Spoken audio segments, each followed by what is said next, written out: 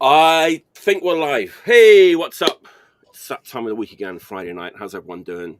Thanks for tuning in. It's going to be a mega show tonight. Old school. Old. Taking it back. Back to basics. Back to basics. Great to see everyone. Devon, good to see you again. Yeah, great to see you. 2 years in the Bluetooth penitentiary.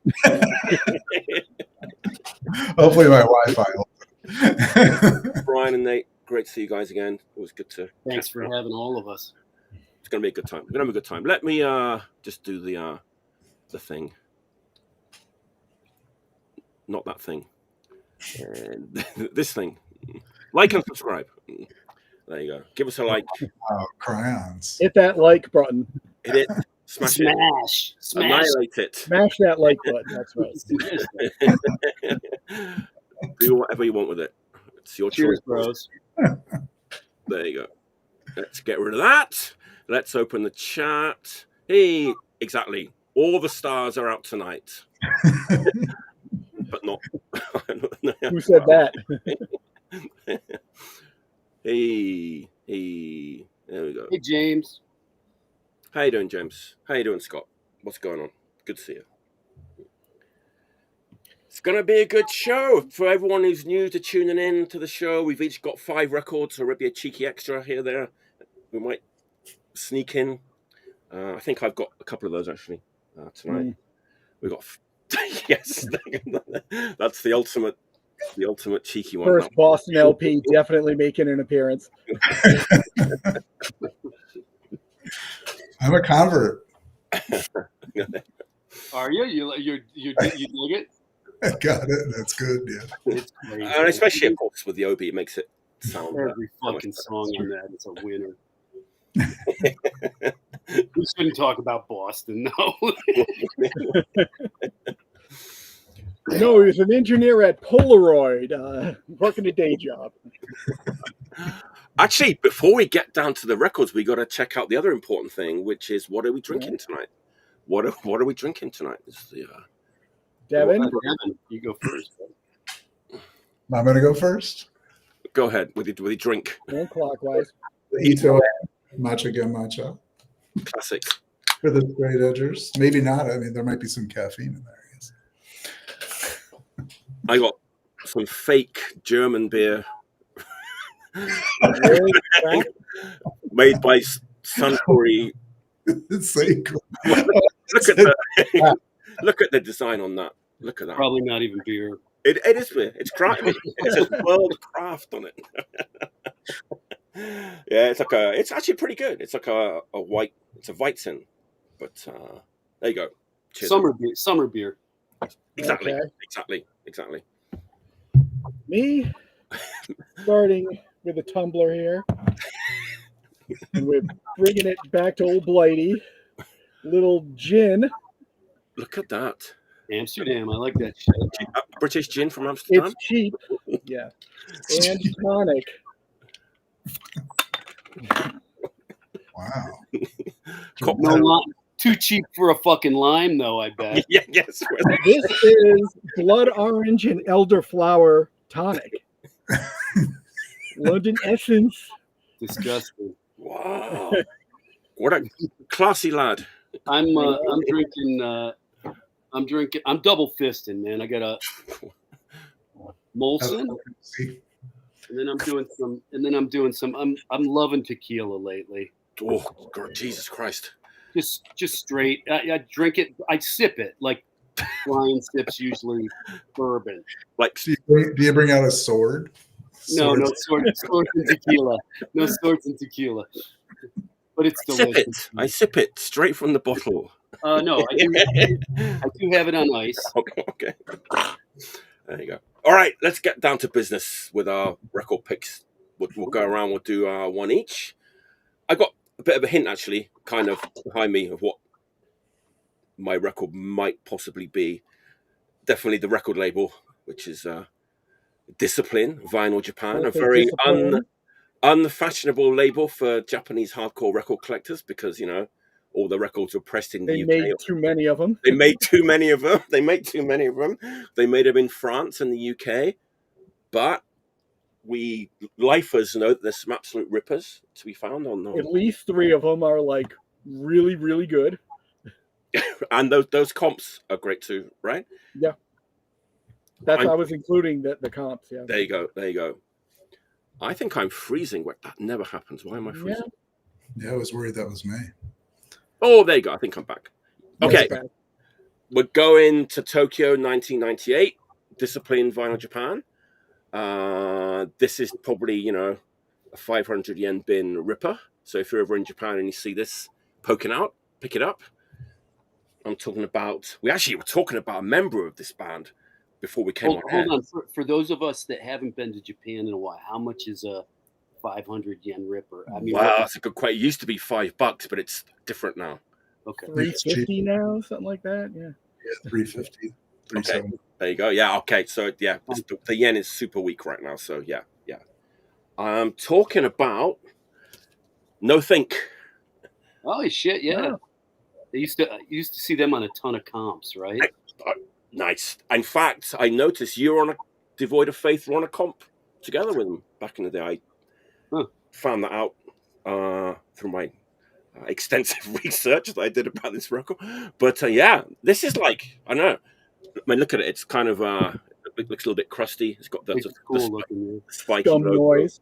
Scum Noise, Fuck Convention, No Hope, Ugly System, Destroy. Like Destroy looks a little bit like the Destroy. Yeah, I don't know. It's like on the cusp of all the things. It's like it's power violence. It's like super fast hardcore, fastcore. It's not grind. It's almost like blast beats going on. Like super hoarse vocals, like no grunts.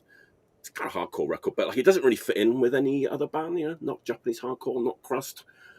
Super energetic, like ferocious record that just sort of came out in 1998 and was, going around. And I don't know if too many people really cared about this record when it came out.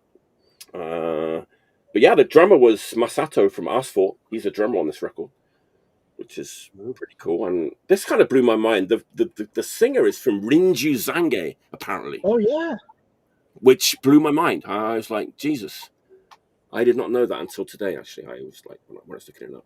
But Rinju Zange, kind of obscure 80s band. Yeah. I wasn't expecting that. Yeah. Cool record, super energetic, fastcore, power violence, whatever you want to call it. And as Nate said, they were on a bunch of compilations too. Yeah. They were on the Blurg. They were on Blurg 1, the Music War. Is that the first one they were on that? Yeah. Oh, that's where I know them from. I know that name. I just can't place like what comps they were on.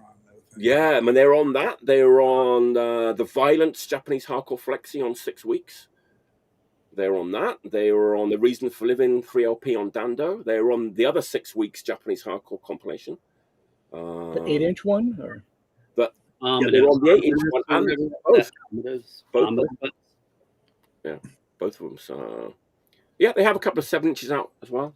But yeah, this is an underrated or overlooked ripper from back in the 90s. So is that, hold on, is that a discography? It's just it's a straight up LP. Yeah, just a straight up like 12-inch, 7 songs.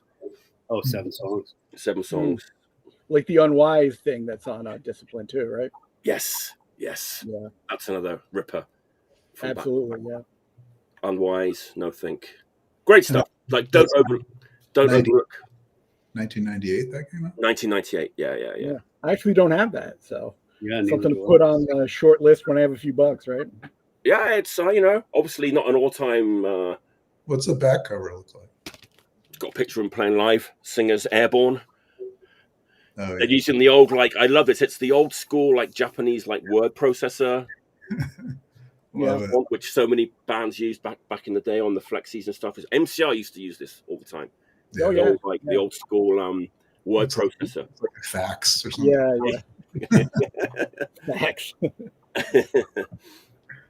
Yeah. But it works. I like it. Yeah, I think it's great. But there you go. That's my first pick. No Think. Awesome. Thinking Animals. And they only say thank you to one person on this record. Well, they say thanks to friends, and they also say special thanks, Kuro. And I think the Kuro they're talking about is not the band, but it's the singer of Acid and Liberate. That his name was Kuro, and they only thank him on this record, which I thought was it's pretty fun. Maybe he did. Maybe he did the artwork. Maybe he did. Yeah. Maybe he threatened them. on the record. There you go. That's my first pick. All right, Devon, what you got? Next, okay, going back to the 90s as well. We lost a good super mentor this week from Albany, one of the former owners of Earl Records, Dave Belemjian. He's been battling cancer for a while, and we lost him this week. But so I've been playing a lot of this stuff that he turned us on to back in the day. I'm gonna try to keep it together because I'm a little emotional about it. Don't want to bring it down too much. Hey, Dev, just so you know, I was looking for that exact album. I thought we might. And I was going to talk. I picked something else up, but that, man, I was looking for that and I couldn't find it. Yeah. But in the late 80s, early 90s, like Earl Records, and Brian's been there. Brian was there with Dropdead back in the day in Albany. It was like the place to go. And I remember I was actually kind of afraid to go into that shop at first. Like when I was in high school, I would see it and I was totally into records and everything else, but that was like a crazy looking place. And then when I got out of high school, I was like, I'm going to check this place out. And Dave and his partner, Jack, who ran the place, they were just so awesome and so friendly and really created like a place for like the punk community in Albany to gather, and they were totally open and knew everybody, and just super knowledgeable about so much music at the time, like this huge kind of mine of music that I had no idea even existed. So you would just go into that shop, and I know Nate's talked about this a little bit, and you would just wander in there with an open mind, and they would direct you to something, and that's how I got turned on to this, the first Unsane LP. And this is like one of those records. They've put out a lot of great records, but this is the one that I always come back to and listen to. It's really like a perfect record from the first song to the last.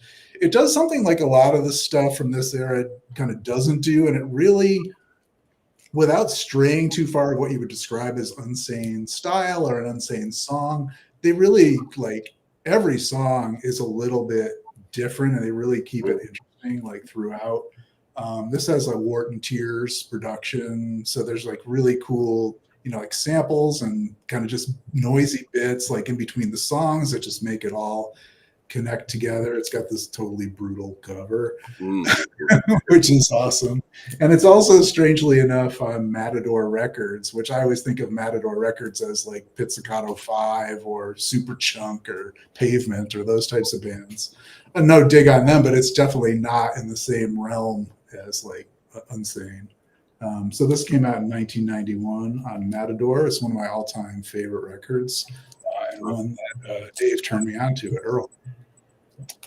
Yeah, he brought in, the thing is too, Dave brought those guys. We were lucky enough to get to see them at the QE2 in Albany with Charlie, with the original drummer. Yeah.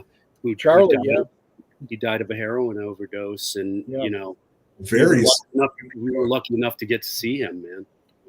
Yeah, we Dropdead played with them right before Charlie died. He died like 2 weeks later.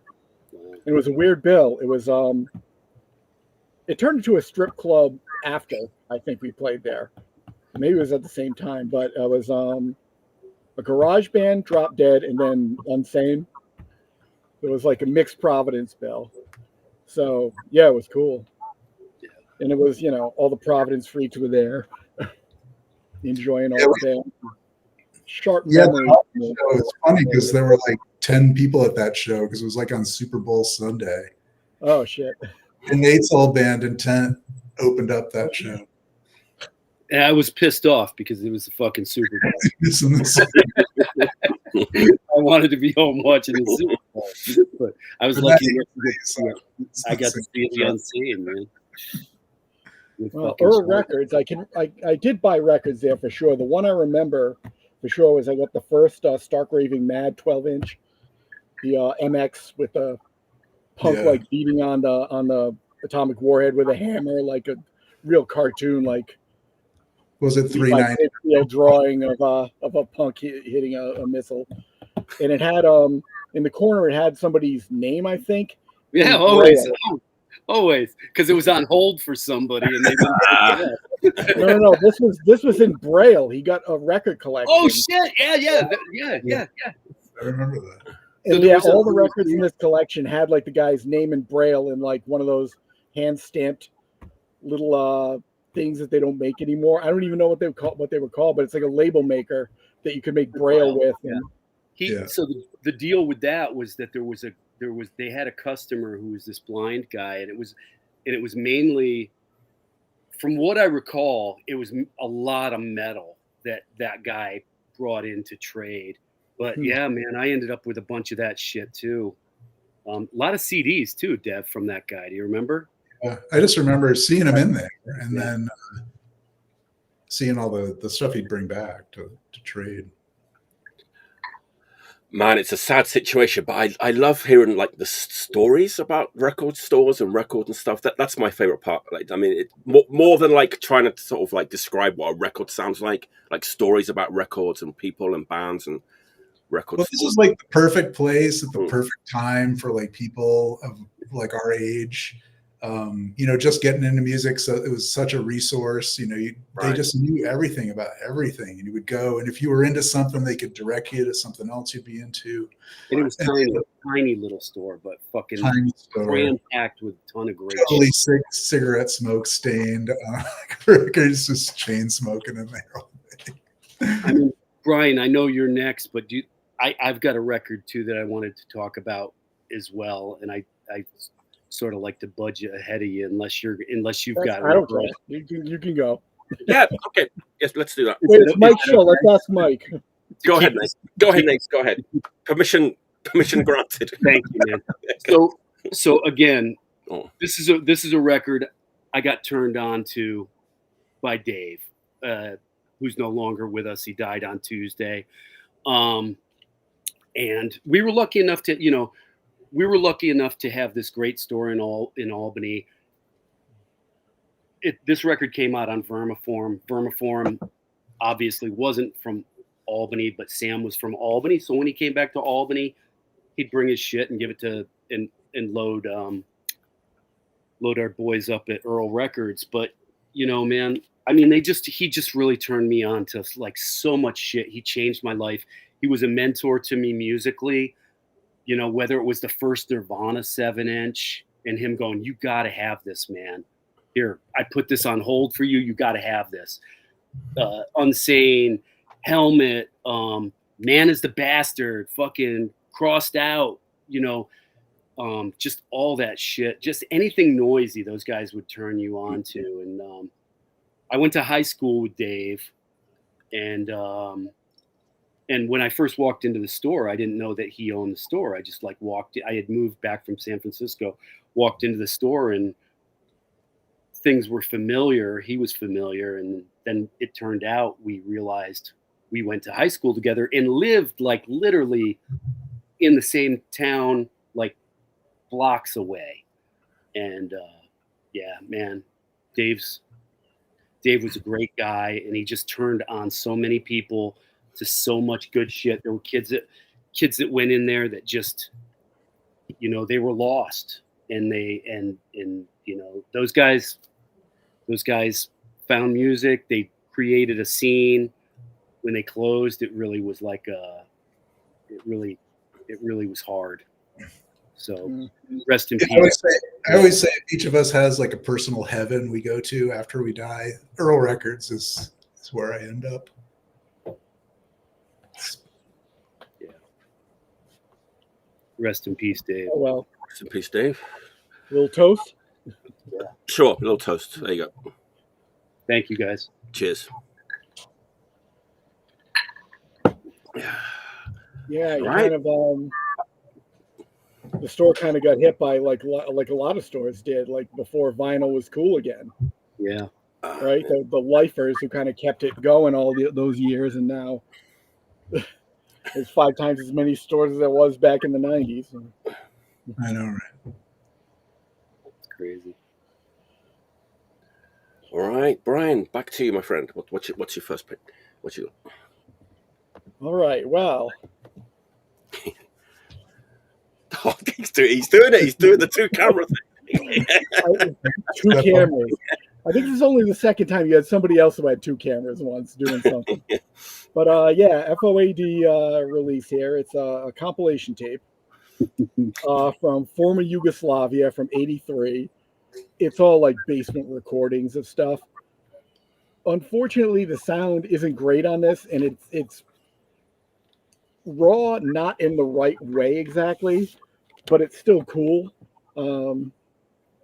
This has a couple bonus tracks. The CD, I think, has like 5 or 6 extra bonus tracks on it. There's some bands that if you're into this kind of stuff, you'd know, like Herpes Distress, who just turned into Distress later. Necrophilia. Good theme going here, Brian.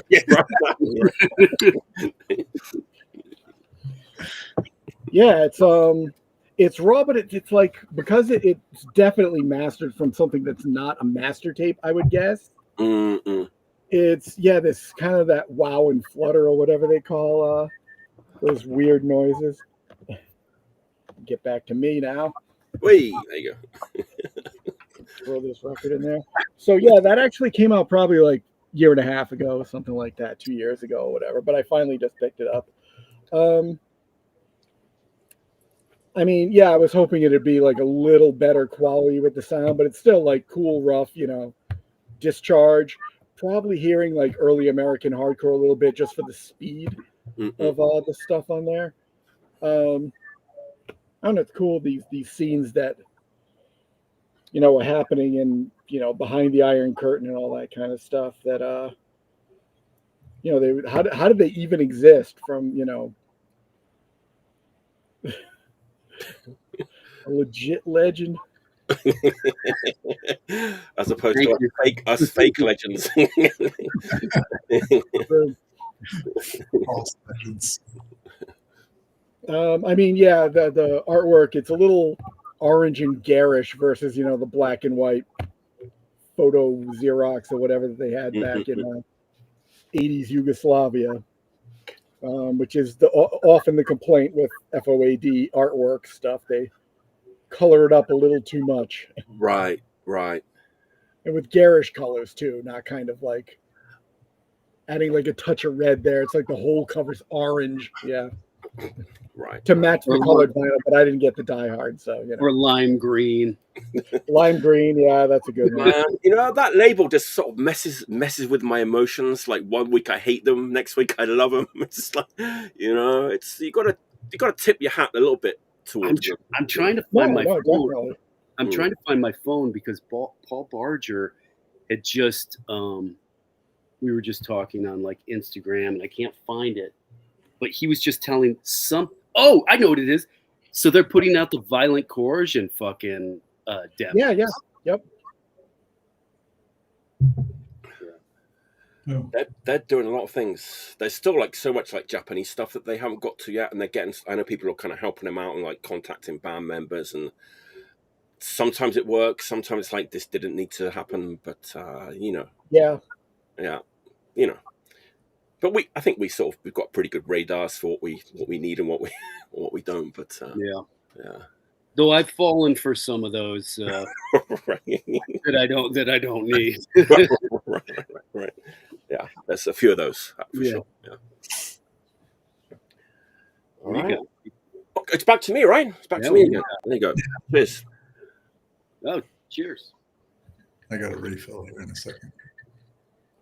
I think I'm okay. I'm going to stick with my order. Actually, I was trying to think of a way to tie into that, but I got nothing. So I'm going to stick with my. Everyone loves this band, don't you? Everyone loves Zelda. Oh, I love that. So I wish I had some. I know, man. I've been like getting more and more into this stuff in my, advanced years. It's not music for old people, but I don't know. I don't know. I appreciate it more these days than I did sort of back then. It's just like very light, like new wave, super poppy, all girl band from the 80s. Yep. Zelda, just great stuff. This isn't my pick. It probably should have been my pick, but it isn't. Maybe it will be another time. But Zelda, for the time being. That's a great. Do I know what your pick is going to be, Mike? Can you guess what my pick is going to be, Brian? So might have been something I commented on. Oh, close. Well, Okay. hold your horse. Hold your horse. All right. So yeah, this is the first Zelda record. Look at that. It's like, yeah, this new wave. Devon, you're a fan, right? I am a fan. Yeah. Nice. They had like one 7-inch before that, I think. Yes. Maybe a flexi. I thought they had a 7-inch and a flexi, and then that, and I don't have any of them. All right. I have a 7-inch, but the flexi is really hard to find. Yes. This is on Philips. It's on a major label, you know. I'm embarrassed to say I've never even heard of them. I mean, you know, they're a sort of band that was big in Japan. Nobody really outside of Japan kind of knew them, I guess, at the time. But super cool band. A little bit avant-garde as well. That's what they kind of look like. Pretty cool.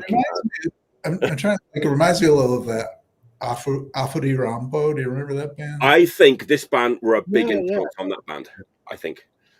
Like I listened to that record and I'm like, oh, that sounds like Afuri Rambo. Yeah, I think you're right on the money. I think this band were. But my pick is actually, I'm showing this for a reason. So two of the women from this band had this one-off side project, and they put out a record in our favorite format, the 10-inch. Oh my God, I love that record. Yeah.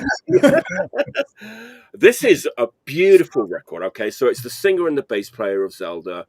It's 1984. It's Telegraph Records, which Telegraph Records is a really important label, like back, you know, for the early development of punk in Japan. So, what is it like? The in fact, I've got it. You know, the Godzilla special. Oh yeah, comp. Yeah, that's great. Telegraph Records. Some of the best Japanese punk, not hardcore punk of like all time, is on the A side of this record. But is that a flexi? Oh, we're flexing, my friend. He's flopping around like one. I like how YOFC Records says no one needs a flexi. I love that. But yeah, we know that Japanese flexis are not you know, they're better than other flexis. Different materials. Used. But anyway, so yeah, this is the bassist and singer of Zelda playing, you know, as you can see, they're playing sort of non-punk instruments. The vocals are a really important part of this record. It's like ethereal, like haunting, but some of it's almost like childlike. It reminds me of being at junior high school, and sometimes you kind of hear the kids like singing in the music room. It kind of sounds like, it's weird. It's like half of it's like that, and half of it's kind of like dark and haunting and ethereal. It's hard to kind of describe. It's like when it's finished, you're like, what am I going to play next? Because like nothing really like, you know, nothing really sounds like this. So it's like you just put this on again. And there's some kind of weird like instruments on this record, and I had to look it up. I was, okay, what is this instrument that's on this record? And it's a thing called the omnichord. Are you guys familiar with the omnichord? It's just like this electronic musical instrument that was invented by Suzuki in like 1980, and it's about this big, and it's got all these like buttons and stuff on it, but it's like a kind of sampling thing, and it kind of sounds like a harpsichord or a harp, and you can like punch sounds in, and so you got all these like weird sounds that are on this kind of now defunct like musical instrument that was big in the 80s, called the omnichord. Pretty cool. Made by Suzuki. But it wasn't like a keyboard. Was it kind of like a bunch of buttons? Yes. Like on the side of an accordion? I almost wanted to kind of bring up a picture of it, because it's hard to. It's about this big, and it's like you kind of put it on your lap, and it's got tons of buttons on it, and you can kind of input sound and stuff, and it can select major, minor, and seventh chords to be triggered by the strum. It's a strum plate. They call it a strum plate. Is this thing, but it's a big part of this record. There's all these like sounds that are like not familiar. You know what I mean? So it's like, oh, what's that sound? But it's made by this electronic instrument called the omnichord. But Devon, you're on board with this record, right? It's cool, right? Yeah. I don't know it. Mane Neko? Is that the? That's it. Sorry, I didn't even need to say the name of the band. Yeah, it's招き猫カゲキ団, which is the Lucky Cat Opera Troupe. Is the in English. Yeah, it's a very, very cool record. Like Mike said, it's it's like you can't place it in with any other records. It's very it's very unique. it's a little bit avant-garde, but it's totally listenable. It's not like too weird that it's got melodies and stuff in there. But super cool. Anything else as that project? This is it. I mean, they did other things, but this project only this 1 10-inch. That's it. And it's funny because it must have done pretty well because they did a repress in the same year. There's like 2 pressings from the same year, so the first pressing must have sold out pretty quick, and they did a second pressing. I'll have to check mine. But it's pretty interesting. If you like Zelda. I don't even know if mine's the first pressing or second pressing, but if you like Zelda, all that kind of like, girl pop groups, new wave groups from the 80s, definitely worth checking out. Yeah, I noticed you've been posting a lot of like Captain Records stuff. Captain Records is the place to go for this stuff, right? It's there's a lot of stuff on Captain in the sort of lightweight poppy new wave all girl bands from the 80s. I love it. We got a Papaya Paranoia record for this. Papaya Paranoia are amazing. Absolutely amazing. You and Devon have like a very similar taste in music. It's crazy. Yeah. We're locked in. Yeah, makes a big Tilly Savalas. yes, of course. There's no way, are you? I like as it is. I like the TV show. I've not listened to any of his records. Okay, one like very funny little thing, interesting thing for all you hardcore punks out there who have maybe tuned out on this record. The guy that engineered Detestation and the Comes No Side plays a few like little instruments on this record.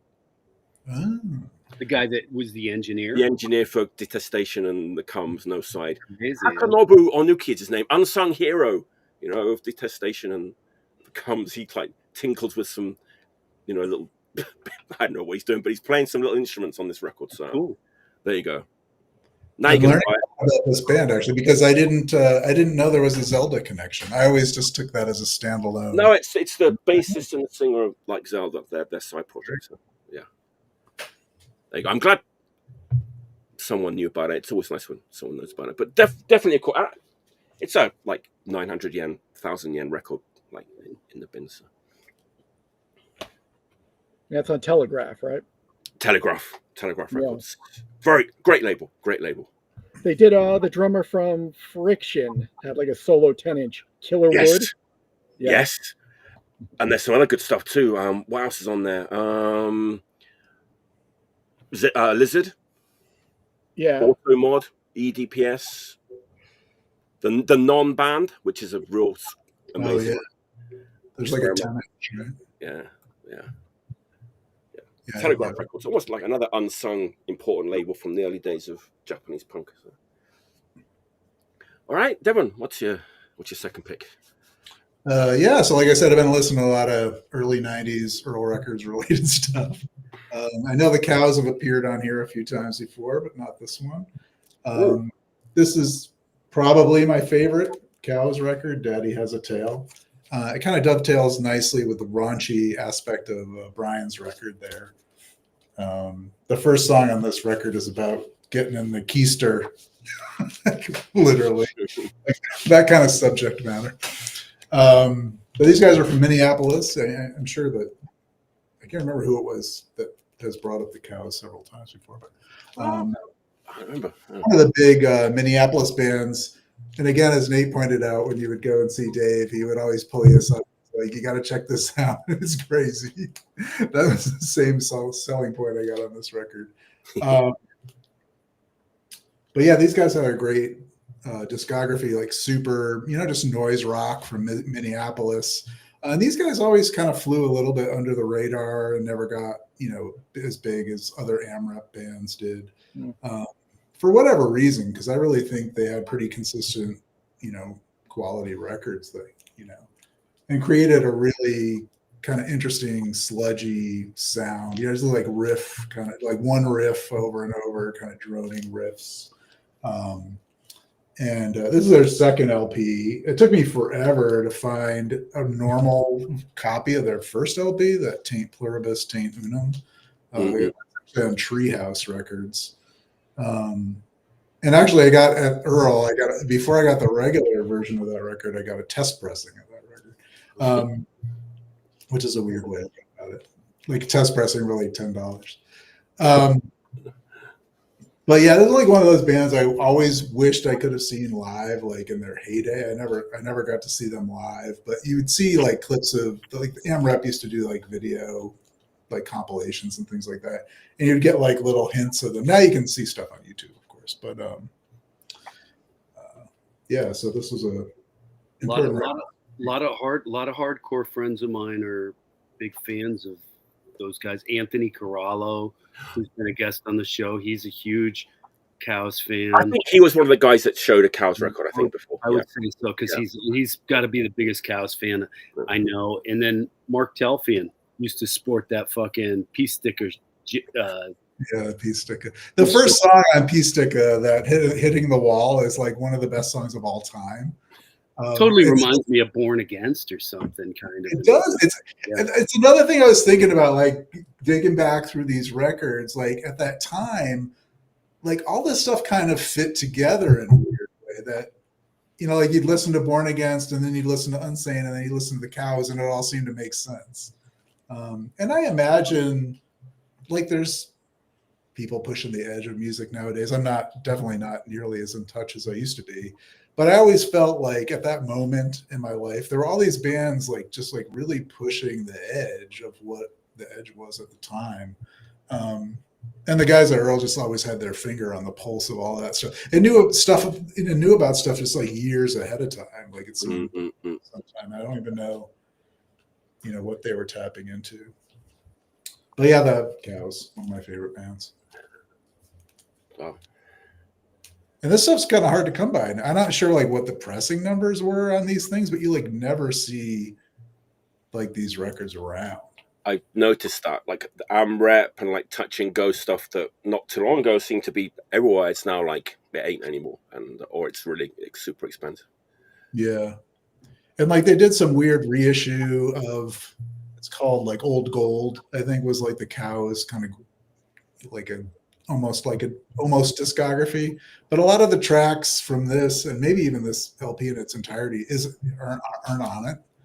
And this song on here that's cool, that's on, and I noticed the other reviewer had talked about that Chow 7-inch. There's a version of Chow on this record too, the last song on the first side. You can see how tobacco stained is.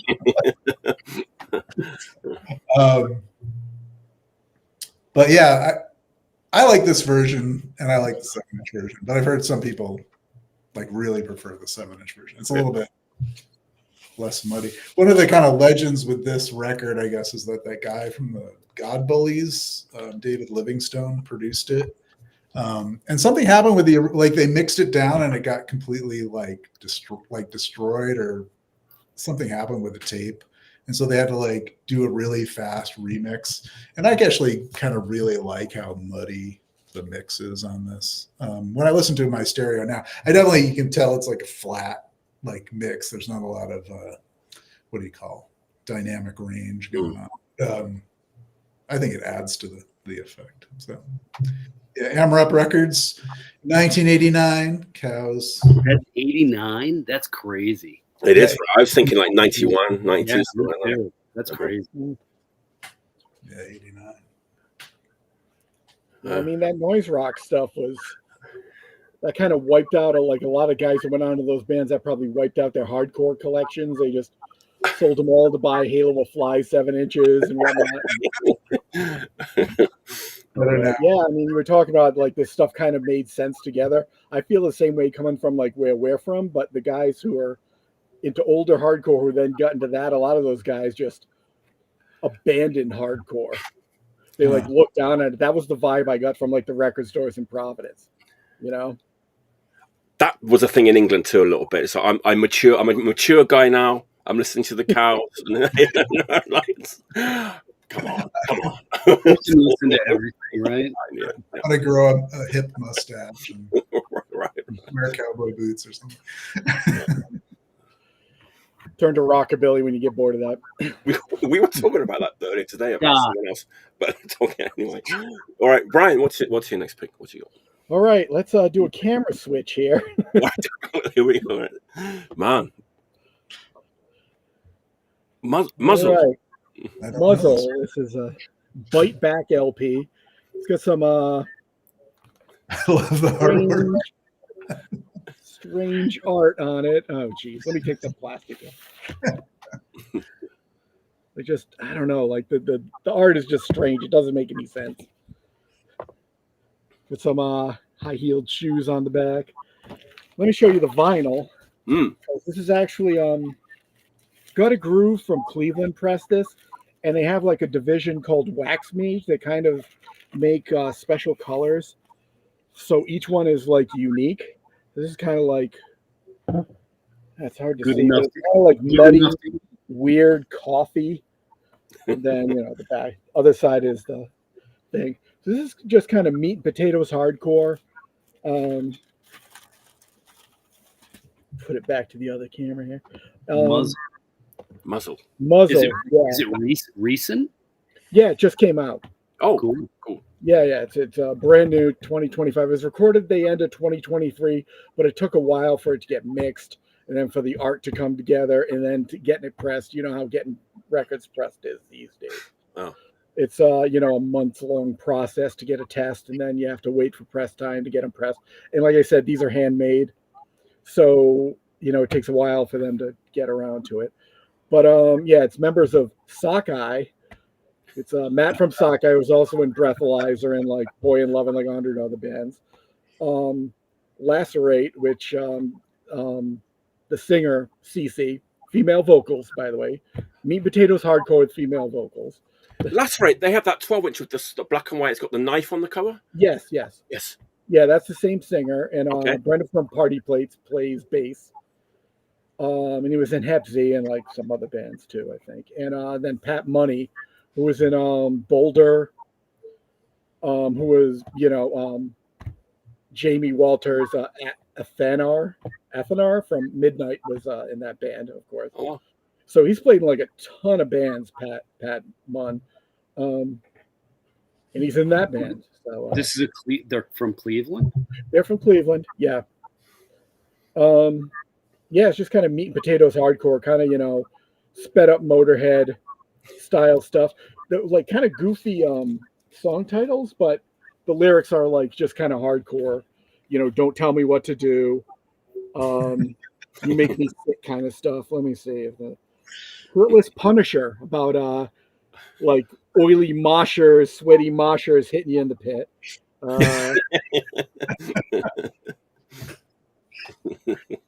Nice girls don't wear cha-cha heels, which is taken from the John Waters Pink Flamingos, right? But that's kind of like, don't tell me what to do, don't tell me what to wear, kind of punk stuff, going back to our early 80s or whatever, kind of that kind of punk style. But of course, everybody in this band is in their 30s or 40s instead of being 16. So, but it's cool. Where can we buy this record, Brian? Who put it out? Do we know? It is on Shit Kicker Records, which I don't know, but My Mind's Eye in Cleveland would probably have it for mail order. I'm not sure. Just hit up Wedge. He loves Sockeye. Yeah, it's true. Wedge is in bad health right now, so I don't think he's doing a lot of mail order, unfortunately. But I mean, I don't know who would be carrying. I'm not their distributor, so I don't know. But My Mind's Eye Records, I know they do mail order stuff, but your usual outlets. Yes, your usual I don't know if Sorry State would have it yet. I'm not sure. I don't know. There you go. Nice. New release, Muzzle. Yes. Shit Kicker Sarah, Records. who was on your show, she's friends with those guys. She's definitely a supporter. Check it out. Check it out. Check it out. Nathan Wilson. Daniel. Oh yeah. The second LP. It took me a long time to re-get this. I recently just got it, and God, what a fucking fantastic record. these guys are so underrated. ABC Diablo from Switzerland, just have been really influential on my guitar playing throughout the years. And I had this at one point, and then I got rid of it, and just paid way too much money for it recently. Oh, really? But it's, you know, it's very metallic hardcore. Yeah, that's really all I got to say. I remember when the first 7-inch came out. We got it. That was on off the disc. Yeah. Got like 20, 30 copies in the distro, put one on. It's like, Jesus Christ. This is pretty ripping. And then the LP is like different. They mature kind of quickly. Very raging. Still good. Very metal. Yeah. But yeah, man, ABC Diablo. If you never heard them, you know, seek this shit out. It's really, you know, it's hard to. This record, I think both the LPs are really difficult to find, or at least you're going to pay some money for them. But those are Common Cause, right? Yeah. And you know, this one's a gatefold and stuff. It's beautiful. It's, you know, I'm really happy to have this back in my collection. I feel like back in the 90s, these records, I feel like they were all over the place, and then all of a sudden, and you thought they would always be all over the place, and then they're just fucking, you can't find them. It's one of those ones where, you know, you'd always have like 8 copies at the back of the box. It's like, no, you know, and people knew it was a good record, but you couldn't get rid of them. And then all of a sudden, here we are. Honestly, the Assuk LPs too, man. Those records were all over the place in the 90s. I distroed those things, and then all of a sudden, they're $150 records, and they're impossible to find. Yeah, I'm surprised they haven't been repressed. Actually, those ABC Diablo records yet, Nate. I mean, are the guys interested in having it repressed? Yeah.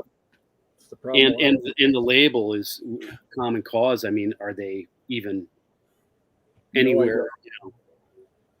Well, it's the guys from Off the Disc, right? They did Common Cause. One of the guys. Maybe Thomas. Maybe he did. It wasn't Eric. No, it wasn't Eric. Yeah, I don't know. Thomas. For some reason, I have a vague memory that there was some relationship there between those two labels. Yeah, I thought they were connected too, but yeah.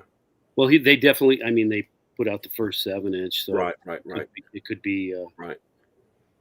But anyway, short but sweet.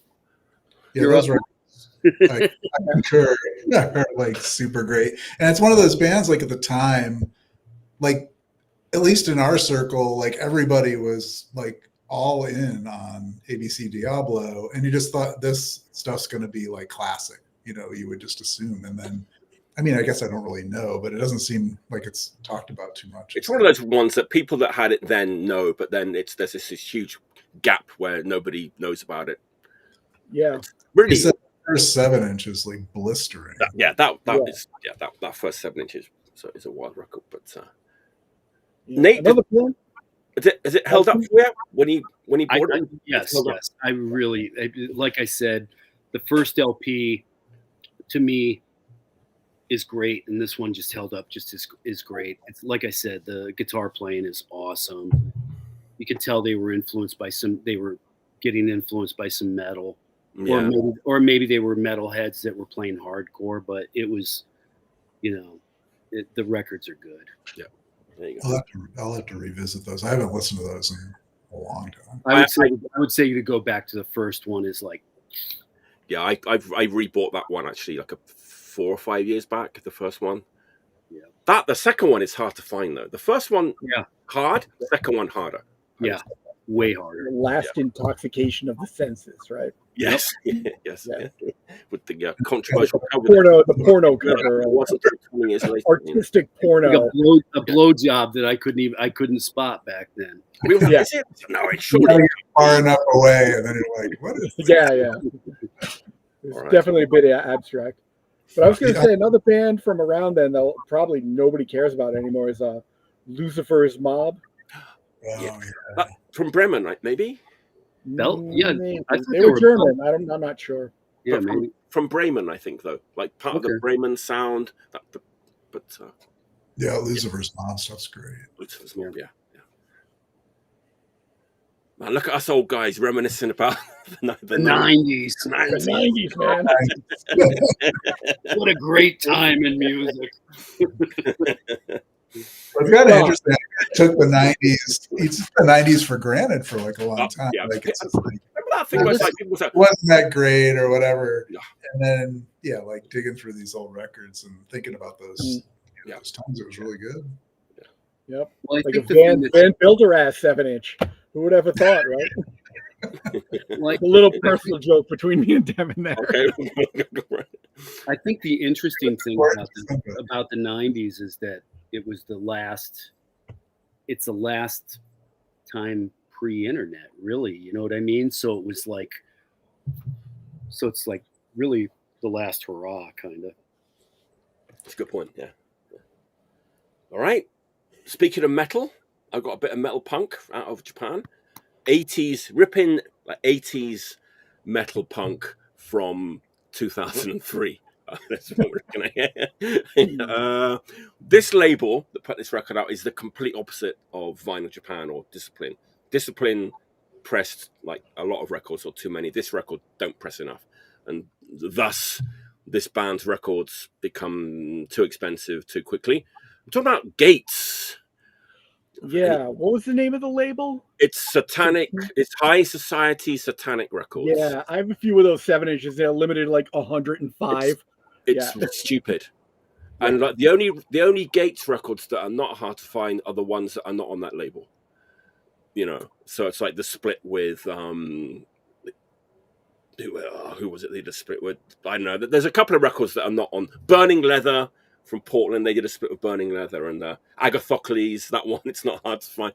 But anything that that label put out is hard to find. This is one I've been looking for a while. It's a G.A.T.E.S record. I pulled the trigger on it.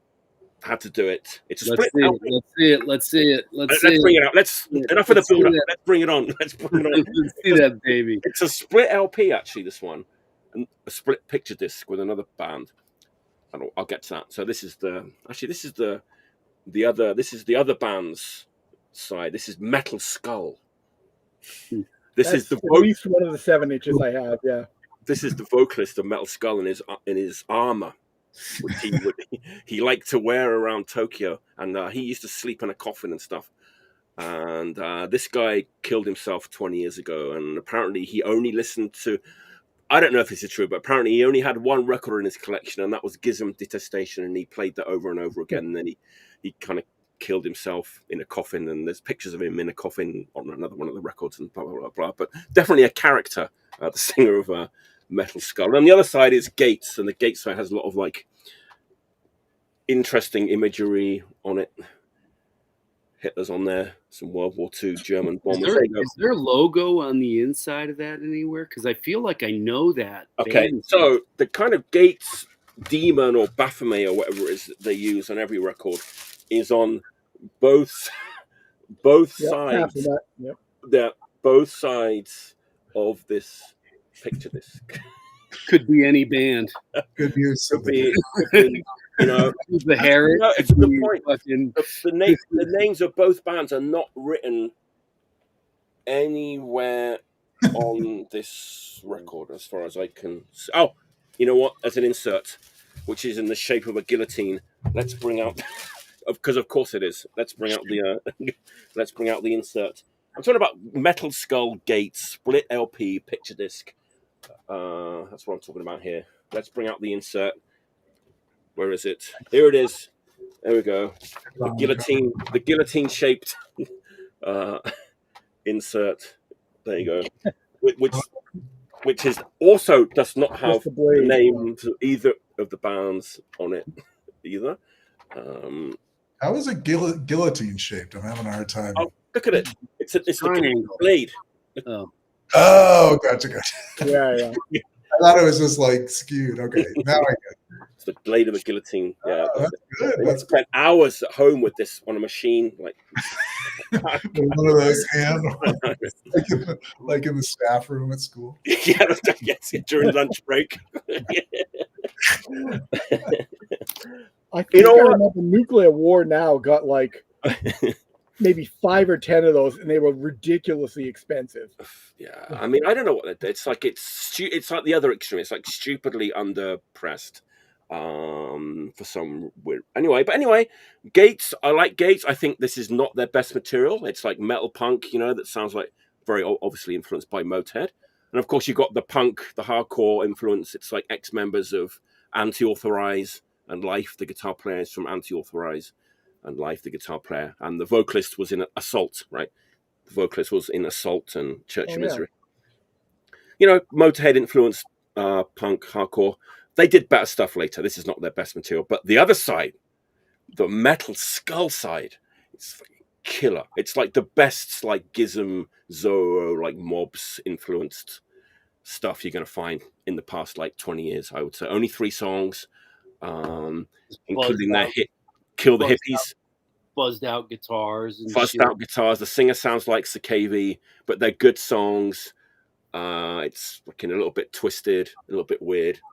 So, when there's a split record, there's always a winner, there's always a loser. So in this case, the winner is going to be Metal Skull for me on this record, even though G.A.T.E.S. are probably the better band overall, I think, on this record. Metal Skull. Repress your records, Satanic Society. It's, I can't be spending $100 on a record at my age, Yosuke should be putting those out or something. Yeah. Those. Yeah. You probably would. I just don't. I think they like it that way. I just think they like that they were super limited, and if you didn't get them, you didn't get them. That's it. All right. Devonos. That's my Devonos. Okay, taking it back to the 90s again with Boredom's old Discharge LP. On Selfish Records, no less. On Selfish Records. That's the US one. Also from 1989. This is one of those records. I remember seeing this is the Selfish Records version, but the first one I remember encountering was the shimmy disc version, which was much more widely available in the US, which I no longer have a copy of that version for some reason. I had it at some point. But yeah, like I remember seeing this in the bins at Earl's, and like I have to have that record. I don't care what it is. Like I got to see what this is all about. And this is my first foray into Boredom's. And this record, this is like another perfect record. Like I could listen to this record like from the beginning to the end over and over, and I would never get tired of it. It's such a complex soundscape that they create. Hey, look at that. Hey. There's the shimmy disc. I got the shimmy disc. Cool. Shimmy disc version, Selfish. Selfish version, yeah. I think the label art's different on the Selfish version. But this is another band, I got turned on to. And then again, like thinking about how all these things kind of came together, because eventually, like you would go see these guys on tour and they would play with like Brutal Truth. Yeah, I was going to say. Teens. Yeah. So you had like this connection. And I'm so happy I had the chance to see that tour twice, once at the Middle East and once at the Khyber old club in Philly. And the Boredoms famously played with Brutal Truth at Bogey's in Albany, which was a show we boycotted at the time. I remember we actually saw Brutal Truth at Earl Records, but we weren't going to the show because we were going to make a point to boycott Bogey's. Anyway. Listen, it's a little bit more complicated than that. It's a little more complicated than that. We got Monster X played a show at Bogey's. It was a pro-choice benefit. We got kicked off of stage because we were too noisy by the guy that owned Bogey's. So we just fucking were done with that place. But anyway, sorry. We got the hook. Yeah, we got the hook. The only time that's ever happened to me, actually. Yeah, me too. We were literally on stage and got the shut You off. guys are done. The lights are out. The power's cut. You can get them off. They suck. Yeah, I can only imagine what the audience experience was of that show. Hold on. A great story, though, about Brutal Truth playing that show, which we missed, was that Dan Lilker's up fucking playing bass, right, going crazy up front, and then all of a sudden a bag of weed falls out of his fucking pants and down on the floor, and a friend of ours hands him his bag of weed back up, and he's like, man. Yeah, so for those who don't know, see, this one comes with a sticker. It's Nice. Oh. That didn't come in the Shimmy Disc version.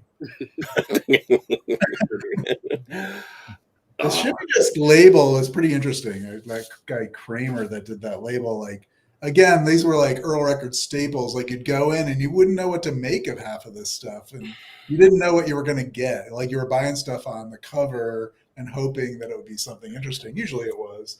But that was one of those labels that just had stuff from like the whole spectrum of kind of avant-garde music. But this record, I mean, of course, most people know, Yamatsuka Ai from Hanatarashi was in this band. Again, just like, it's hard to even describe it, but it's like a kind of collage of sounds from like tape loops and, even stuff that's live, but it's so like distorted, and the levels are all screwed with so much that it almost sounds otherworldly, and somehow it's weaved all together into this real, and it's super heavy.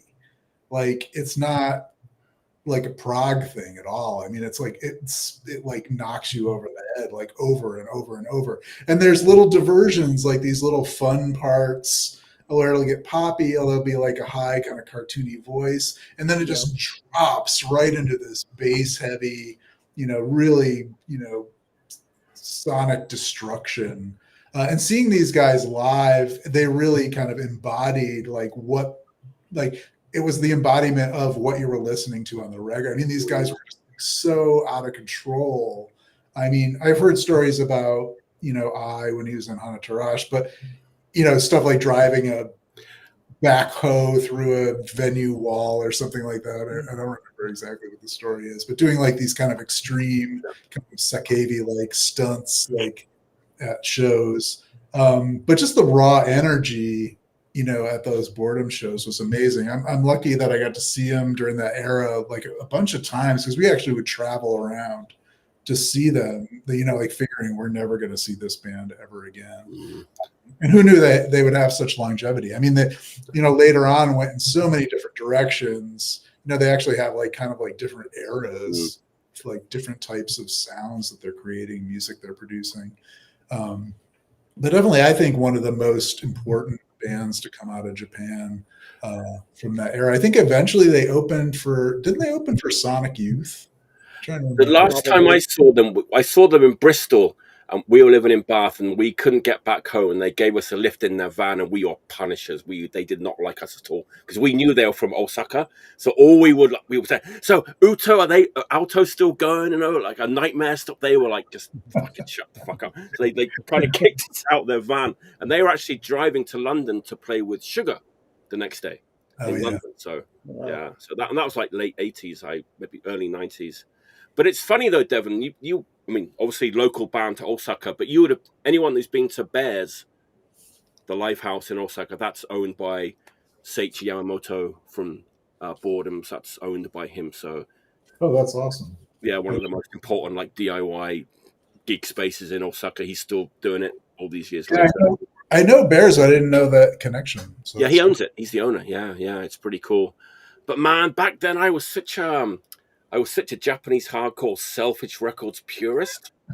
I wasn't having it back then. I was like, this isn't Lip Cream, this isn't Death Side. Get out. These guys aren't hardcore. Oh, they did open for Sonic Youth. I saw that show at Roseland, and that was the most depressing thing, because they came out and it's like, Sonic Youth, they're on Geffen Records. It's like, there's jocks coming to see them and stuff. It's like, college radio fair, and the Boredoms come out, and like the people in the audience just like weren't interested.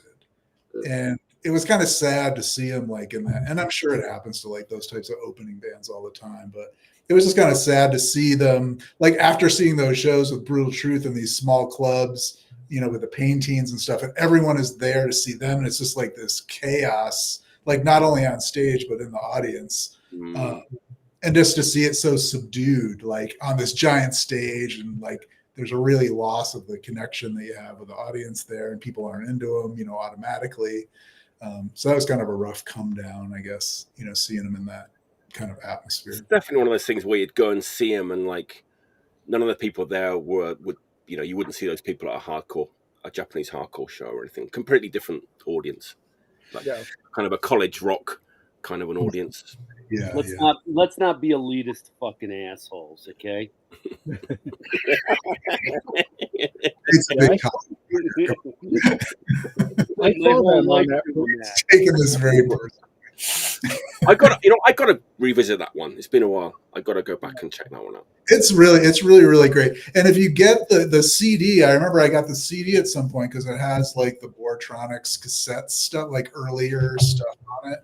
And that stuff's super interesting too. And again, it's just, I mean, I was just like a genius at like weaving, you know, just a bunch of unrelated things together and just like making incredible songs out of it. Like it's right.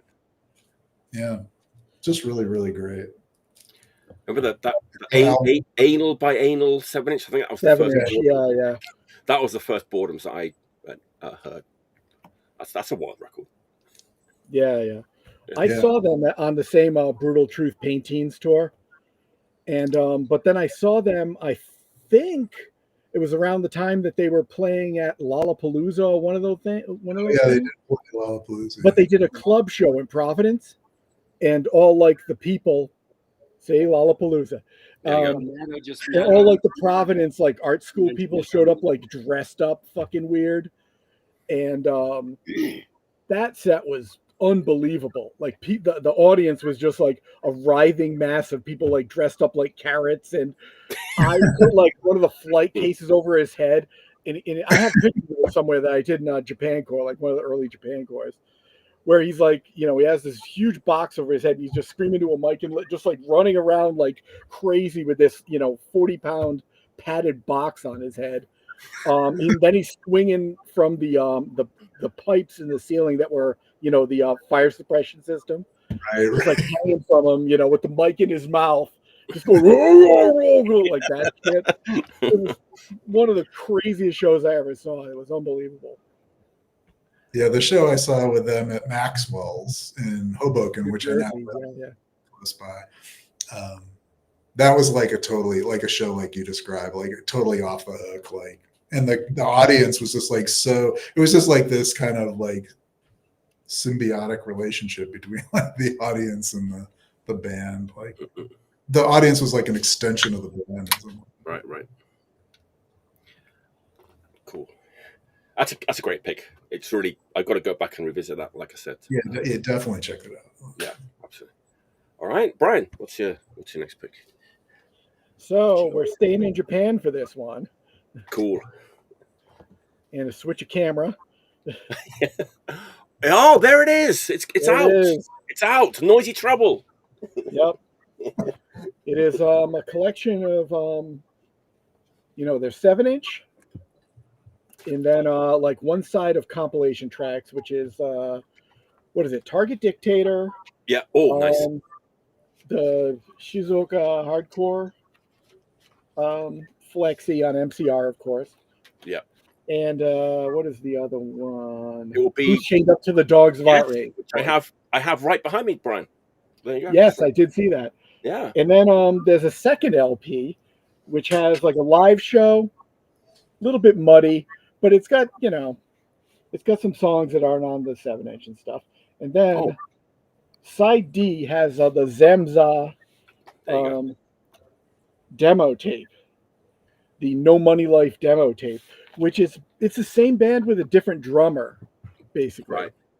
It's and it actually has some blast beats on it and stuff. So the weakest stuff is actually the Macho 7-inch on side A. Yes, that was such a disappointment, that record, you know, at the time. Yeah. But yeah, the Zamza stuff is great. It has one unreleased track, but it's like the song Mammy, which is also done by the Innocents, and it's also on their demo. So it's, I don't know. It's for cleanest only, as they say. This is actually less garishly colored than the original 7-inch. Because they've actually toned down the pink. It's shocking pink, right? The 7-inch. Yeah, it's super, super pink. Yeah, and of course this has like a booklet in it, as you do. I don't remember what the diehard color was in this, but maybe it was like that toned down pink. I'm not sure. Weird Japanese, like it was. Yeah, I mean, I don't know. The interesting thing is, you know, when they, you know, like a Disorder flyer that they were on. What year was that? Like 91, maybe? Yeah. Yes. So what is on there? Meat Fly. Yes, that's the that's the Vinyl Japan tour. It all ties back. Vinyl Japan tour. Heresy guys, right? Yeah. Meat Fly is ex-Heresy. Yes. Yeah, and the other bands are Tetsuade, So What, Rustler, Zone, and Innocence. The Rustler. Yeah, the Rustler. This is cool. This is a Zamza flyer with Deadless Mass. Deadless Mass. Very nice. Well, it's got cool pictures. It's a cool book. Yeah, so yeah, it's like it's probably like every flyer that they could rustle up, and then like a bunch of, you know, the Rustler. That's great. Man, you know, just she's real hardcore, man. Anything with like pink mohawks and floppy hair and all that kind of shit. Well, that's the funny thing. Like, flyer. It's like the big mohawks were, you know, one of the trademarks of Shizuoka hardcore, and apparently, I forget the exact year, but like So What like stopped putting their mohawks up, and they were sort of banished from the scene because they started playing with like skater shorts and long hair, and like it was a real like, faux pas. I mean, but then Deadless Must did the same thing. They did, yeah. It's so funny that it's still going to this day. Really? Like the huge mohawk thing, like the singer of So What. Oh, I thought you meant the skate thing. Okay. No. I've seen Ishia do a little bit of big mohawk kind of stuff. Gotta love Shizuoka hardcore. Yeah, the Zamza stuff is probably the best stuff that's on there. Of the comp tracks, you were saying Who's Chained Up to the Dogs of Outrage was your favorite, right? My favorite, yeah. I think, like the guitars sound like a little heavy metal heavier on all the comp tracks, where they don't really sound like that on that 7-inch. So that's kind of what sets it apart, like the heaviness of the guitar. The 7-inch almost sounds like, to me, like New York hardcore meets like street punk. Yeah, it's very undercooked and kind of like not very powerful, a little bit like lacking in energy. But I really like the song "Noisy Trouble." That was like a bit of an anthem. The song "Noisy Trouble." It's just, Apart from that, it's Right? Did you ever wear? I'm glad I have it because I wanted that Zamza demo forever, like in a proper format. Right. Go ahead, Dev. What were you saying? Did you ever wear a giant mohawk back in? You always had really good hair. Yeah, I had a big orange mohawk like for a short while, like when I first started hanging out with Bob and Ben. Do you wear mohawks? It's like put it up. If Devon had a mohawk, he would be wearing it. Yeah, a mohawk is a lot of work. So yeah, I'd say too much.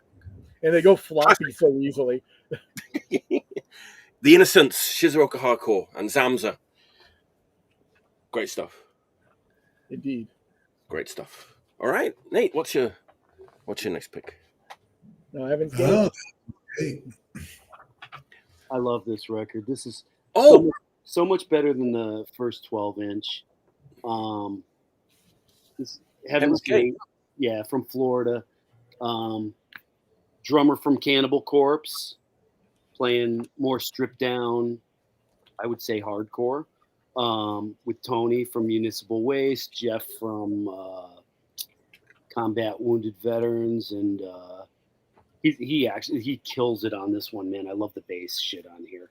And then guitar player, more modern dude from Warthog.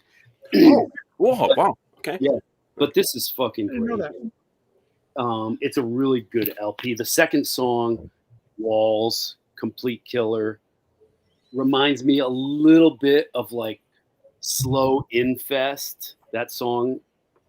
But the rest of it is just stripped down metal dudes sort of playing hardcore, man. It's really fucking awesome. It's great. I thought like the first 12-inch was kind of okay. A little bit disappointing, maybe.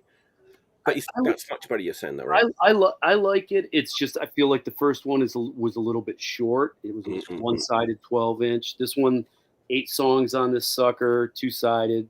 I mean, it's a 45, so it's still short.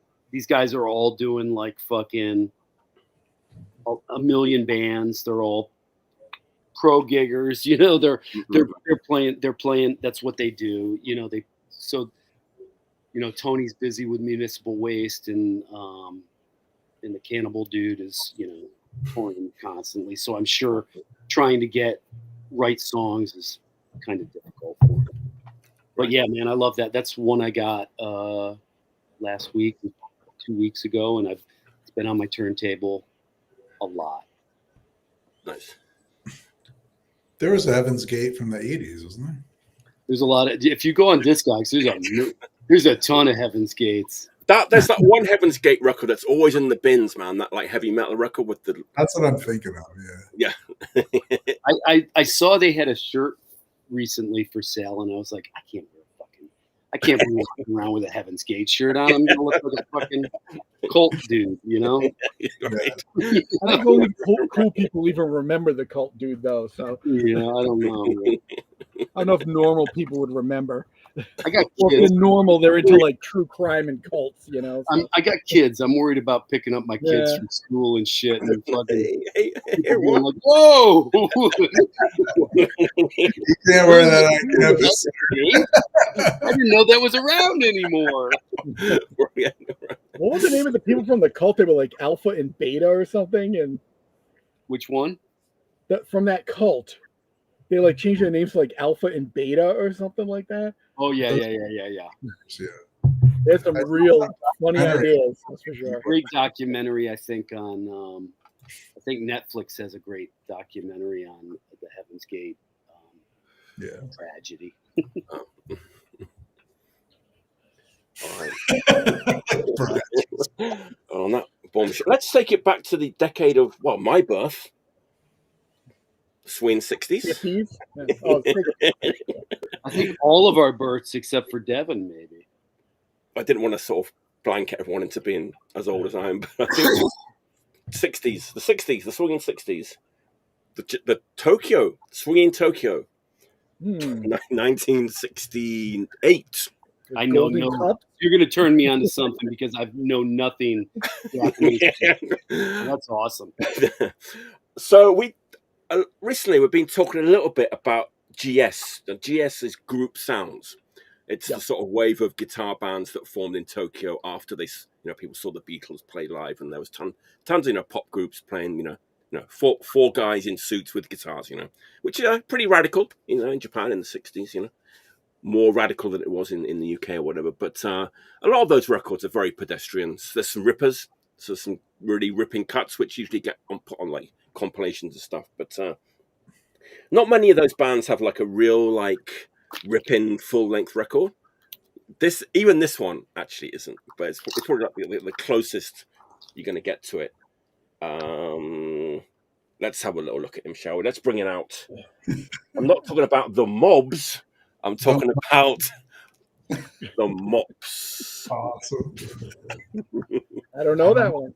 The Mops. The psychedelic sounds in Japan. There you go. Check out these bad boys. Obviously, possibly influenced by some lads from Liverpool. Or maybe the Monkees. Yes. Nice. Because you know what? Like, half this record is covers. But you know, covers are pretty far out on those records. Exactly. So, Devon, you know this record? Yeah, the Mops. Yeah, we have exactly the same musical taste. I know. Brian, are you familiar, Brian? I don't know that one. No. Yeah. Huh. So yeah. So apparently, like this band were kind of like, you know, look at them, they're sort of like these hippie guys, but apparently they were sort of like rough and tumble guys. You know, they weren't hippies. They were like they like to drink, and there's a couple of songs on here that are kind of like you'd call like, you know, proto punk rave ups, like the "I'm Just a Mops." You know, their theme song is a raver, right? It's like it's like a Yardbird song or something. Like a proto punk raver, you know. It's pretty cool. Caveman psychedelic garage punk song. And then there's all these covers. But you know what? I didn't know that Inside Looking Out was an Animal song. I thought it was a Grand Funk Railroad song, because they do a ripping version of Inside Looking Out on this record, which is amazing. They speed it up, they punk it up. But yeah, I didn't know it was an Animal song. I thought it was a Grand Funk song. They're big on wearing ponchos. I remember pictures on the records that I have. This record almost like a biker gang. Yeah, sort of. This record could be filed under, you know, you'd hate this record if it wasn't from Japan, kind of thing. You know, I think it's great. It's a great '60s like psychedelic pop record. And there is this like wild edge to it, you know. It's just these Japanese guys, you know.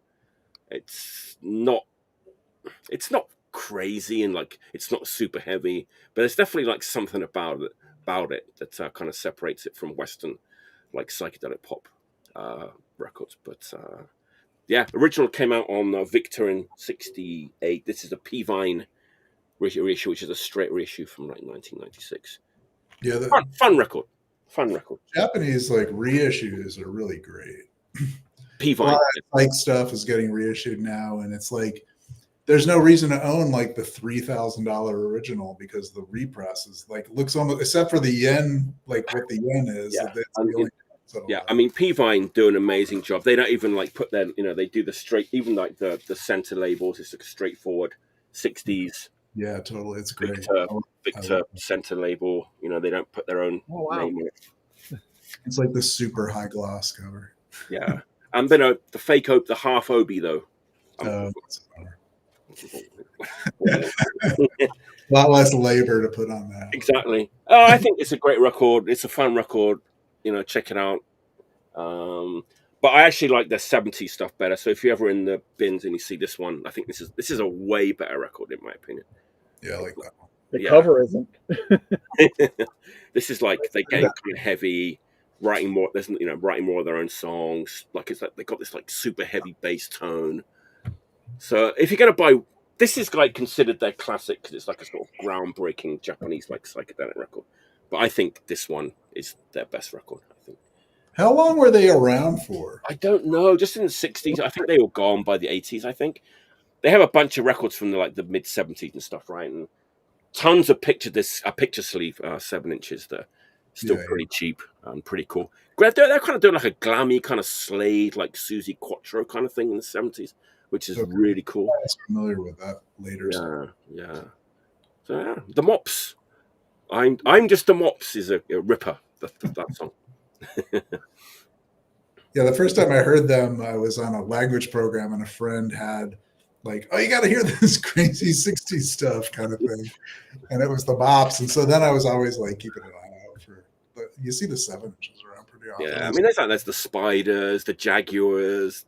There's tons of them, right? But you know, have you ever seen that Jaguars movie? That's kind of like a Beatles movie that has Akiko Nakamura in it. Yeah, then some of the guys went on to be sort of famous TV presenters later on, which sort of tarnished the image of them being like these rebellious teenagers and stuff in the '60s, blah blah blah blah. But you know, pretty cool stuff. You know, and it's like that. I don't have it. That the Godzilla Stomps compilation with Godzilla, those comps which have like the '60s like garage punk,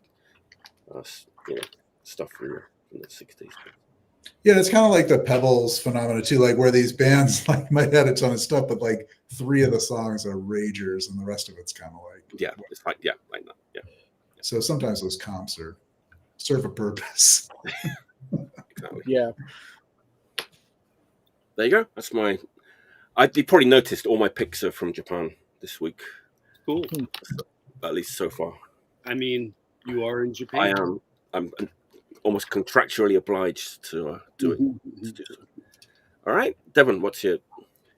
Well, since we're on the theme here, 1993, I believe. Let me confirm that. 1992's Brutal Truth.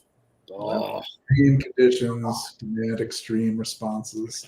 This is one of those bands, like after we've talked a lot about Brutal Truth, this is like a life-changing record for me. Like, I know I probably said me too. This really like changed the template of like what I thought was like possible with like grindcore. Like they just at the time were like really pushing the boundaries and the production. Well, yeah, the production's like insane. And that Scott Lewis got the drummer. I mean, first time I ever saw them live, watching him play the blast beat, because he has like a blast beat that's like a standard speed blast beat, but then he has like the like next notch up blast beat that he can kick in. It's like pushes a button and it like kicks it up a notch. And I'd never seen like a drummer like that was able to kind of do that. Just watching him, like you go to the shows and just watch him play, and like he would do that thing where Brian might know what this is, but where he'd like the gravity blast. Yeah, it was like I've never seen that before. So, anyway, another like perfect record that manages to like stay within the confines of the Brutal Truth sound, but every song is completely different, completely interesting. There's like not a dull moment on this record. That there's like a couple samples, and it's like the perfect amount of samples. Like it's not, what was that band that used to have like General Surgery? I think it was. That just there was so many samples that like got boring. Like it's like just get to the song or whatever. But these guys like the perfect amount of samples. And then this band, I mean, as you all know, this band took the interesting trajectory of, instead of like most bands will start out as a hardcore band and then work towards being like a pro level metal band or something like that. Like these guys went the opposite direction. So like they started out with like one of the greatest kind of like true, grind metal records of all time. And then really tried to like deconstruct that and like reinvent themselves. I'm not a super fan of the later stuff. I like appreciate the fact that they were willing to kind of come out of their genre or whatever a little bit, and like doing splits with like hardcore bands and things like like things that other bands at this tier definitely doing. And I say other bands at this tier, but I mean this record was so important to me. Another record, I think Nate actually turned me onto this record via, Earl Records, probably something he discovered there. And again, like we're just seeking out like what is pushing the boundaries more and more. Extreme shit. Yeah. And this was just like so far beyond like anything I'd heard like at that point. And also with the great production. So you really get to hear it.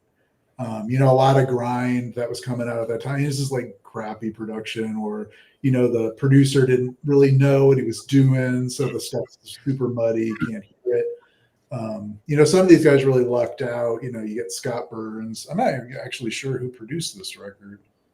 I mean, what's crazy to me is that Dan Lilker just went from like, instead of getting more and more commercial, he went the opposite. He like started off with Anthrax and then just sort of like got more extreme, Fucking yeah, he started out like a kind of major label popular band, and then I mean, Devon and I saw them at this venue in Latham or Cohoes, New York, called Saratoga Winners. We went to go see them, and this band opened for them called Cutthroat, who were like a local mosh band, and Kids were going shit. There were like fucking 400 kids there going crazy. And then Cutthroat was done. And they all left. All the kids left. And so fucking Brutal Truth is playing this humongous stage to me, Devon, John Moran, and this other guy, Nick. 4 of us. And they played it like Devon said, sort of like, was it the Boredoms you were talking about before where they played? Or who was it you were? They played like they were playing till Madison Square Garden. It was awesome. Yeah, that show was pretty unbelievable. And I was like, I'm just sitting there like, all these kids missed out on this. Yeah, what a bunch of fucking idiots.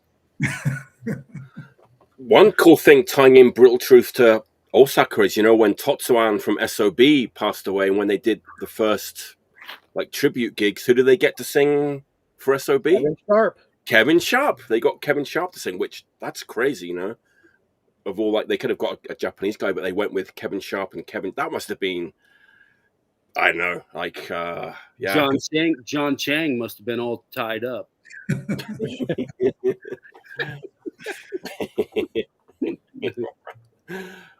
Yeah, that must have been kind of nerve-wracking thing to do, like in front of a Japanese crowd. But it's pretty cool that they asked him to sing for SOB. After no recording, right? One more comment about this record. One of the coolest things that is on this record is this, and I don't even know what it is. Like, I don't know if it's a sampled sound or if it's actually a vocal. But the thing that really, at the time I listened to this for the first time, it set it apart. Where they almost has this sound where it's like a car screeching to a halt, and it's just kind of tucked into certain parts of the song. It just adds this crazy intensity to the whole thing. This has been repressed a few times. This record was super hard to find. This is an original copy. It even has the hype sticker on there featuring Danny Liker. From Anthrax. They say ex-nuclear assault SOD on this one. Extra hot sauce. Extra hot sauce. Jesus Christ, I'd forgotten about that. Taco of Death? Yeah. Taco of Death. But Earaches recently has made this pretty available. I think it's been repressed a couple times in the last 5 years. So I think it should be. It's fucking brilliant. But for a long time, you couldn't get it on. I had it on CD for ages, and I spent too much money on this. It's one of those that I had to have. So, yeah, Brutal Truth. Man. What a fucking great record. Extreme Conditions, 1992. Super influential. I remember seeing Kevin Sharp at shows at ABC No Rio back around that time when that came out. Huh? But he was steeped in the underground, let's say. Who was the drummer? He was a Philly guy, wasn't he? Scott Lewis. Yeah, I mean, you're thinking of Rich Hoek, who's from Philly, but he was later. He's not on that, right? Okay. Yeah, that's who I'm thinking of. You're right. Scott Lewis. From, Total Fucking Destruction. Yeah, exactly. All right. Beautiful. Crazy. All right. All right. You know what time it is. Number 2.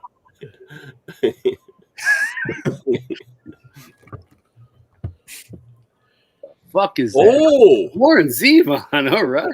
That's not one that's familiar. Box set. Yes. Box set. Whoa. It is a box set. Let me hook this up here. Oops, I gotta put this other record down. Piano. Look at that. So yeah, it's got pretty much his 3 least popular LPs. Not that they're bad. I mean, but he wasn't on a major label at the time. The first one being Mr. Bad Example, only available on vinyl at the time in 1991 in Germany. So impossible to freaking get. Yeah. What label was it?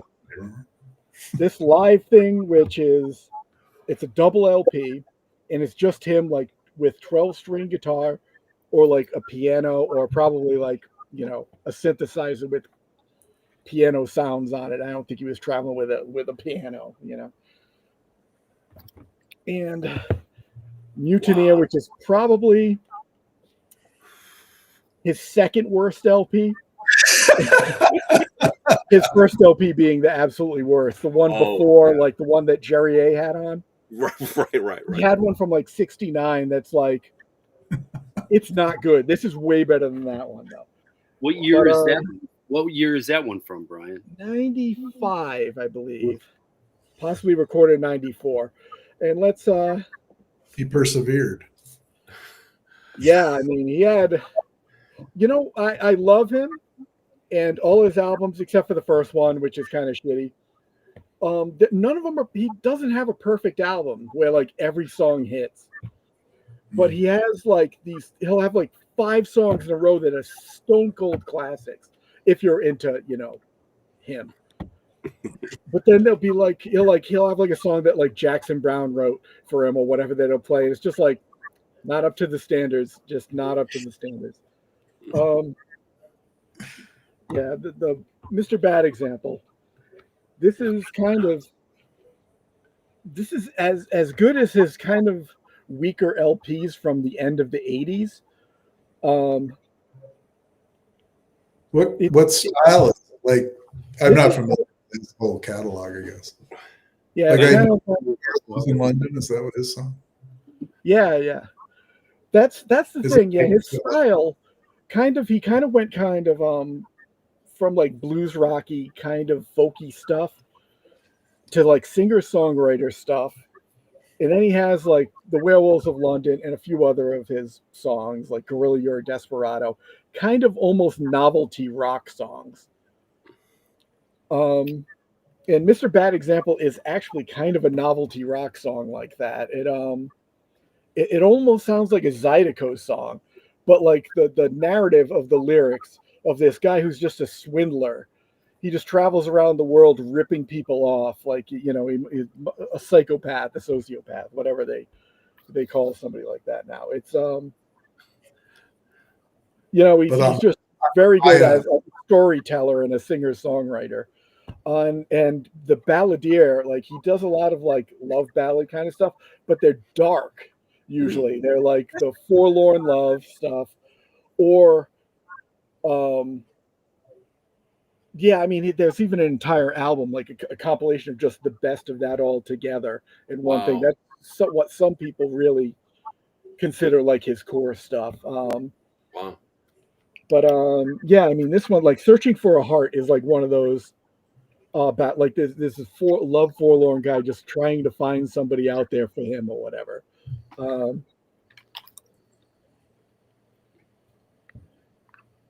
Yeah, see, this is the ballads and the slow shit. It really hits because it's like interspersed in an album with other like these weird, quirky songs. It's kind of new wavy too, right? At times, kind of new wavy. At times, kind of quirky. No, he only has one record that kind of is synthy and new wavy. I mean, his first record is '76, and like again, it's like singer-songwriter, a lot of piano. But then he has like almost a country rock, like that LA country rock kind of thing. I don't mean to mention the Eagles, but kind of like that with better presence, darker kind of stuff. This is like, he does a song Heartache Spoken Here with Dwight Yoakam doing like in the chorus a group vocal. And it is one of the best country songs I ever heard, really, from like a modern like artist or whatever. It's and he's not a country artist. He has maybe a little, here and there. Things to Do in Denver When You're Dead, another weird, quirky song. What? Well, yeah, I didn't know this. This is on Giant, so I guess. Giant? Diagnosty? Verbal Assault? 7 seconds. Really? No, I didn't even know that. Wow. But yeah, this is a really good LP. I would put this up there with like, 5th or 6th best LP, which for a maniac like me, it's like, what's your 6th favorite Black Sabbath LP? That's still a fucking all-time classic to you, right? Absolutely.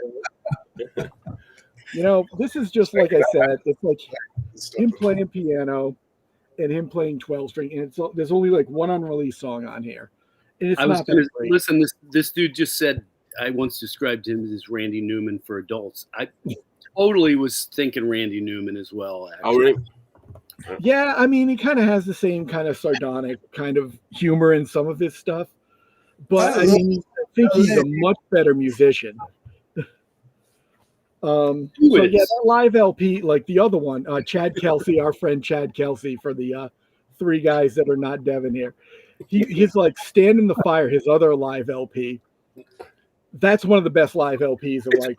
I mean, I like that incredible. one too. It is great. It is good. It is fire, that record. I was wondering if anyone was going to retell the Warren Zevon joke that Paul Bearer told when he was on. If anyone the Werewolves of London one. Yes. He gets kind of weird, like knock knock. Who's there? Who? Werewolves of London. Yeah, if you look at the lyric sheet, it says who. So he said who. It's still kind of landed though. It's still kind of landed. Yeah. Well, I knew what he was talking about, so I was like, oh, that is a bad joke there. Yeah, this, like I said, this is probably like his second worst album. It's kind of like demos. Like you went into an 8-track studio. But even that, I mean, sometimes you know, even your favorite artists, you've heard a demo that like they didn't really recreate the magic that this demo got just from like the quirks of it, the weirdness of it, or whatever. There's like a few good songs on here, probably like 5 or 6 for like, you know, someone like me. But Something Bad Happened to a Clown. That's a song title. That's it's like weird carnival music and like it's like that Jerry Lewis movie. Lost Jerry Lewis. Jesus. That one that didn't come out for like 40 years, right? Yeah. Yeah, geez, what was that called? But yeah, it's a Tears of a Clown or something.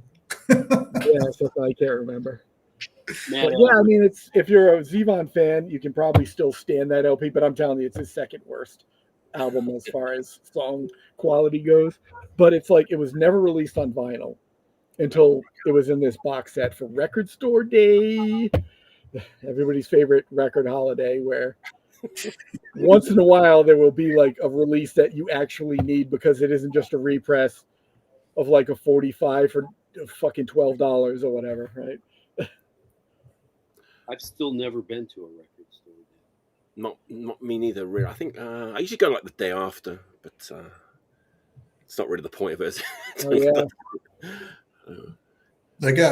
There was like a Dust reissue. It had both LPs in the same package. Oh, I didn't even know about that. I mean, I have the originals, but I didn't even know about that. Yeah. That was an amazing pick, actually. That was cool. Maybe you'll turn us on to Warren Zevon like you did with Boston. I don't think so. I'm more of a Randy Newman. I'm a Randy Newman. I've never heard this band Boston before. They are rocking. Oh, and I forgot to mention, I am now, I moved on to Malort. So, oops, which way am I going? I saw that before. It's going to be a great... And Sarah actually gave me this. You're going to be very hungover for that show tomorrow, Brian. Huh? All right. You're going to be very hungover for that show tomorrow. No. Oh, yes. That's a show tomorrow. I forgot about that. No, I'll be fine. I have water over there, too. Nate, is that your next pick? Yeah, that's my next one. So, giving it a second. Convert us. Convince us. Listen. I listened to that this week. No, this record is fucking great. I was there to boo them when they fucking played at the farm in San Francisco. They fucking sucked. But you know what? This record is fucking great. The guitar playing is sick. And the reason I busted this out recently was because I went to go see the Skeptics. And the guitar player, Fish. Was it Fish? Yes. Played guitar on this fucking record. And I got to talking to him and I told him, dude, I saw you guys. I fucking booed you. Fucking, you guys were crying, you know.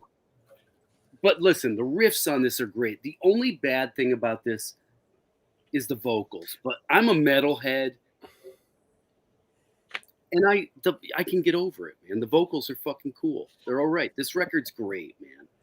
I hated it in 1986 or whenever I saw them. I was disgusted. But man, the riffs are fucking sick. And listening back to this, it's a great record. It's not Discharge at all, but it's a great record. And it's a fun listen. And yeah, man, that's all I got. Are we convinced now? Are we on board? I'm telling you, it's a good record, man. I own that record. Yeah, me too, of course. Oh, so do I, of course. I've never like been one of those people that I hate this. I think it's okay. I don't think it's as bad as like people say. I agree, the riffs are amazing. I wish it like it if the vocals were more like they were around like The More I See or Born to Die in the Gutter. Yeah. Crazy. A huge distraction on that. I don't know. It's crazy because when I saw them at the farm in San Francisco, that is Cal, or right? Yeah. Yeah. And the vocals are like the people at the farm booed them so bad they made them cry and throwing garbage cans at them, throwing everything at them, booing them, spitting at them.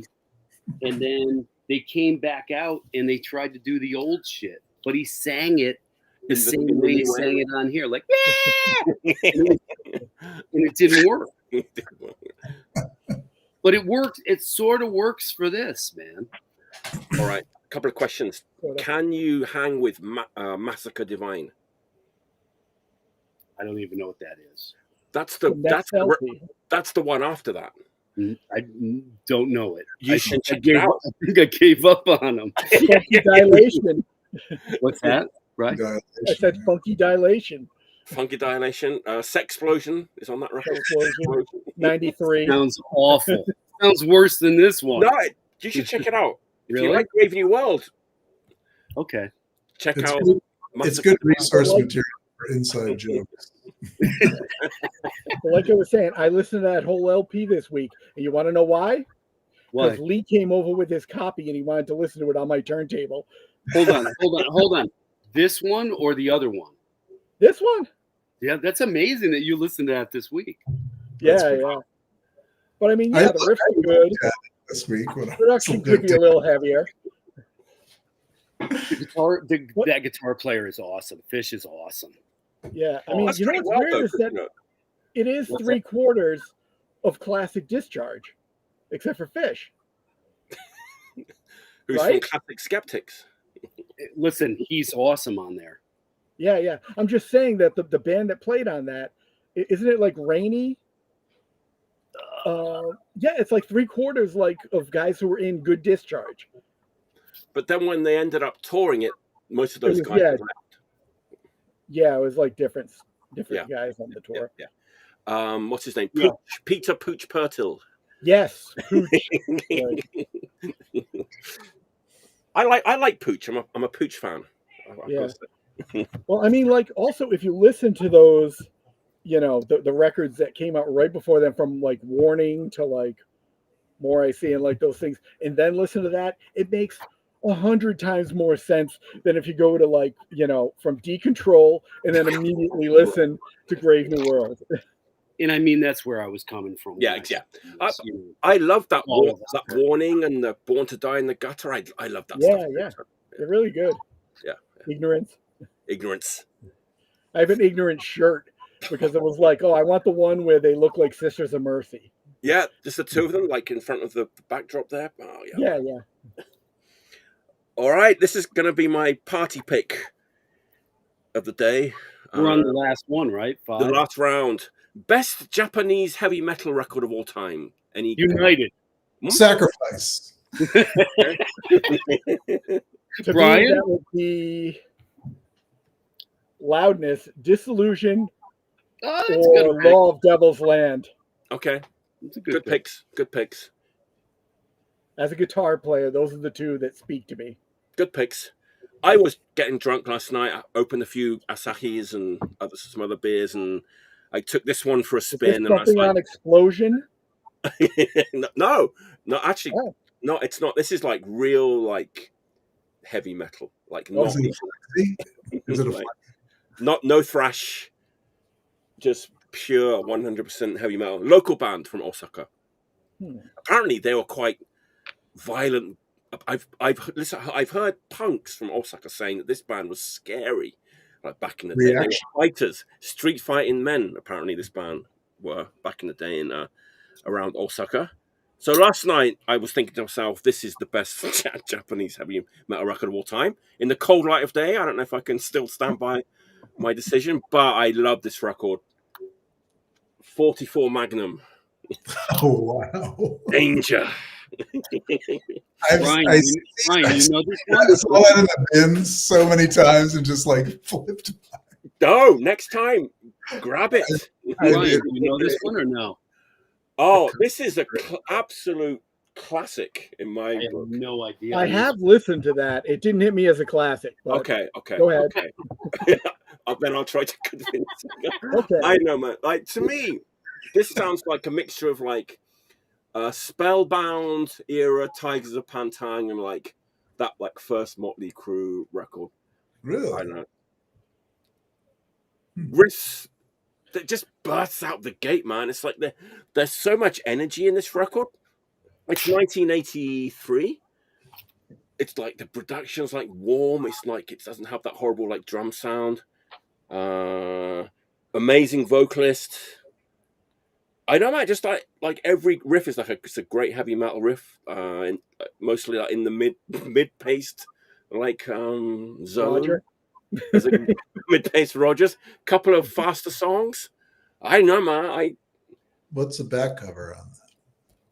It's okay. So on the front we have this American lady who's trying to assassinate the band in the studio, but they're hiding behind a stack of Marshalls. So, maybe she can't get to them. But on the back, it seems that she has slain them because there's a gun and a pool of blood, and they're Polaroid pictures next to the pool of blood. The Def Leppard records had a similar thing on the back. Oh, really? Yeah. I know, man. If you're in Japan, you see this bad boy popping out here, pick it up. You can't go wrong. It's just great heavy metal. The singer's great. Everything's great about it. I always read that as false metal. Oh, I'm fucking sold. I'm fucking sold. Honestly, if you like traditional heavy metal with tons of energy, not great musicianship, great catchy choruses, just metal. No fun. So you're not going for hard rock on this. You're saying metal. Yes. I'll give it another try. Hold on, Brian. Do you own that one? I don't have that one, but I have heard it. You've heard this? Yeah. Easy. I don't. The second one's good too. This is like the peak of 44 Magnum. How do you know she's American, by the way? I don't know. I just She looks pretty American. Swedish assassin to me. I don't know. She doesn't say her name on the back of the cover. No model credit. Yes. I know what's coming up next, unfortunately. There you go. Devon, next time you're in Japan. I'll definitely pick it up now. I see it all the time, especially at Hard Off. You would see it in the bins. But you know what? This used to be like a 500 yen record. Now it's like a 700 yen record. So they have don't wait too long. They have a lot of records, though, right? I remember seeing. They have a bunch. This is the best one by far. They got really like AOR by the third record. So don't get. I want to see that and like. What was it? Murasaki was like another kind Murasaki, purple, deep purple. Murasaki. I have one of their records. Murasaki's great. Action. There's so much. I'm sold, dude. Action's good, yeah. Action's those crazy packaging. Anthem's killer too. Anthem, first couple of Anthem. Anthem's great. Yeah, I have all the Anthem records. Bound to Break is a ripper. Hold on, Anthem isn't Japanese, are they? Anthem, Anthem's Japanese. Okay. That's probably another band called There Anthem. is an Japanese anthem. All right, Devonos. What's the last pick?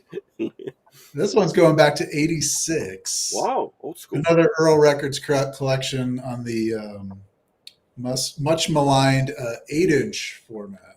Oh, yeah. This is the Shonen Knife's third record. Another local band. Wow, look at that. Pretty little baka guy.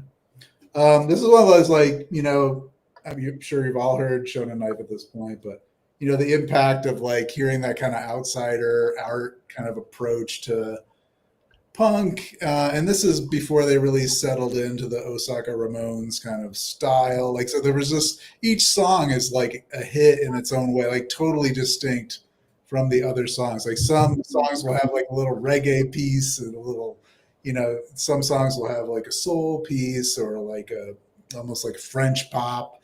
Like you could tell they're listening to a lot of interesting stuff and then putting their own mark on it. And of course, like the charming thing that, you know, makes this band great is everything's a little off. So like the harmonies aren't quite right. The timing isn't quite right.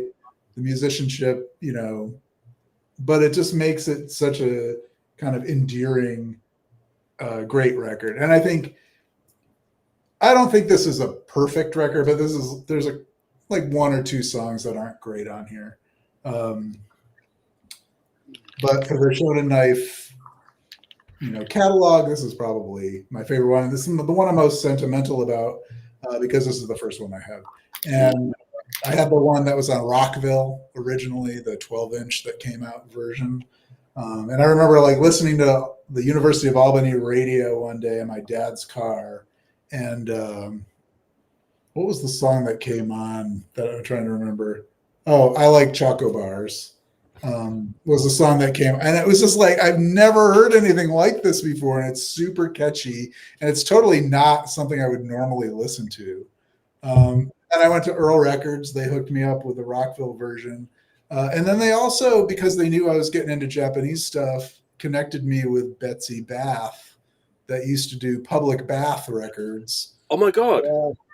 That put out like the American, like Abortum's 7-inch in America and the Sekiri 7-inch, the Hanatarash, I think Hanatarash 7-inch, like really cool stuff, pretty limited press, but you could get it for cheap in the US, which was like, you'd get it for $3.99. You know, you weren't paying whatever the price was in Japan plus shipping. Yeah. Yeah, ruined 7-inch. Yeah. Yeah, they had a lot of cool stuff on that label, and it was like all over the spectrum of stuff coming out of Japan. They did a 7-inch too.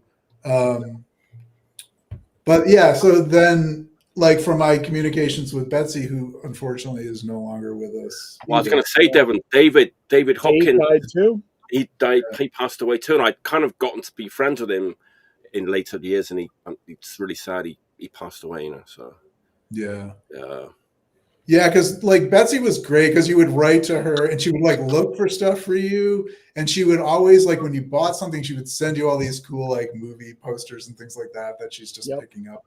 But like to like an American person that wasn't able to go to Japan at that time, all these things coming in the mail were super exciting. And that I got this 8-inch version from my communication with her, like looking for Shonen Knife stuff. I remember she turned me on to like the Garlic Boys. First, your cousin. Who also had a 7-inch on Public Bath. I forget too. Yeah, that had Yokozuna on it. Yeah, that's such a good song, but they're not a very good band. But that's a killer. Yeah, song. That was the thing, right? Because then they put out a few LPs and none of them are very good. Yeah, I know.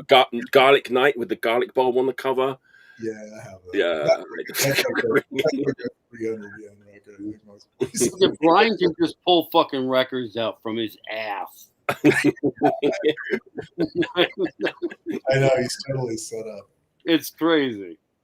Like he's got a million records. I'm gonna get to go see Shonen this time. I got this from Betsy. It's the Sakevi JoJo from Jojo Head In. Mamalia LP. Wow. Yeah. I was like $20 or something. Super cheap for the time. Yeah. Yeah, that was a great hookup. Also, thanks to David Earl, who had those connections. Again, let's like thinking about Dave and the impact, that he had on, where I went. And it was just the perfect moment to be in that store where, I was excited to find out about like whatever. And those guys were, would point you in all sorts of different directions and turn you on to stuff. And yeah, it's just super thankful for the impact that Dave had on my musical tastes. So, yeah, another one, Shonen Knife, and surprisingly, 1986. I didn't really realize this record. Didn't they just release like their 40th LP or something? Or they've been going for 43 years, or they just put out a new record? They're touring right now, right? Yeah, I'm actually going to see them for the first. I've never seen them live, so I'm going to see them for the first time in New York. They're playing a show in September. But they're on a giant tour. Like I have their Instagram or whatever, and like they're on some like 6-month tours. It seems like they're just playing everywhere. I don't know if there's last tour or something like that. Yeah, I mean, for me, like File Under the Boredom's another band that I listened to back then and didn't appreciate, but should probably get back to. Yeah, there's just like cool stuff, and like I said, I don't think any of the records are perfect, but there are so many hits. Right. It's hard to find a record that doesn't have something redeeming on it. Like even the later stuff, again, like they settled into that Ramones style. But even those albums have like really cool, and their take on the Ramones is really cool, I think, too. So I don't really mind that it gets the whole, like, they've settled on that style more or less. But I've liked, some of those, even that they had like a couple of albums on a major, like what was that? Party Animal or something? Animal. Rock Animal. It's funny. The only record I ever owned by them was the 7-inch, which was on Sub Pop. That I got at Earl Records. That's it. That's the only record I've ever heard by them. I don't have too many. I only have a couple. This one of those great things when you buy records in Japan. Every once in a while, you get like a free prize, and so this. Wow! Was autograph board. Yeah, it was like in a record that I bought. Like, Isn't like totally random? Is Naoko dead now? It's Shonen Knife. I'm not sure. I know they have like a younger woman in the band now, and then so I'm not sure. Yeah. I think I saw. What were they called? There was like kind of like a psychedelic band that the drummer was playing in, and they toured the U.S. and then their van like drove off the side of the bridge, and like the drummer died. Oh, I think that might have been. I know. Naoko from that board, maybe. That autograph board you just held up. Well, I think Naoko's the lead singer, I think. Really? Maybe it's somebody else. I'd have to look. I'd have to like go on like Discogs, do a deep dig. But I only saw them once, and it was like a small club show. It was like a week after Kurt Cobain died, maybe 2 weeks, and there was a heavy atmosphere in the air. There was like the first show we went to. Not that I was like a super grunge guy, but it was just fucked up. Somebody at the same age as me who was like kind of came from the hardcore punk scene. And DMBQ, thanks. They were fucking incredible. Yeah. When I saw them, they played at like 4 a.m, and they just like destroyed the drum set. It was incredible. But yeah, the Shonen Knife show, like everybody, it just perked everybody up to have this kind of feel good band play. Like after this heavy thing was kind of sitting on our head, I was like, what the fuck happened? Wow. And I mean, obviously, I was obviously super into the hardcore scene at this point. We'd already like done a U.S. tour. We'd played with like Crossed Out. We did split records with Rupture.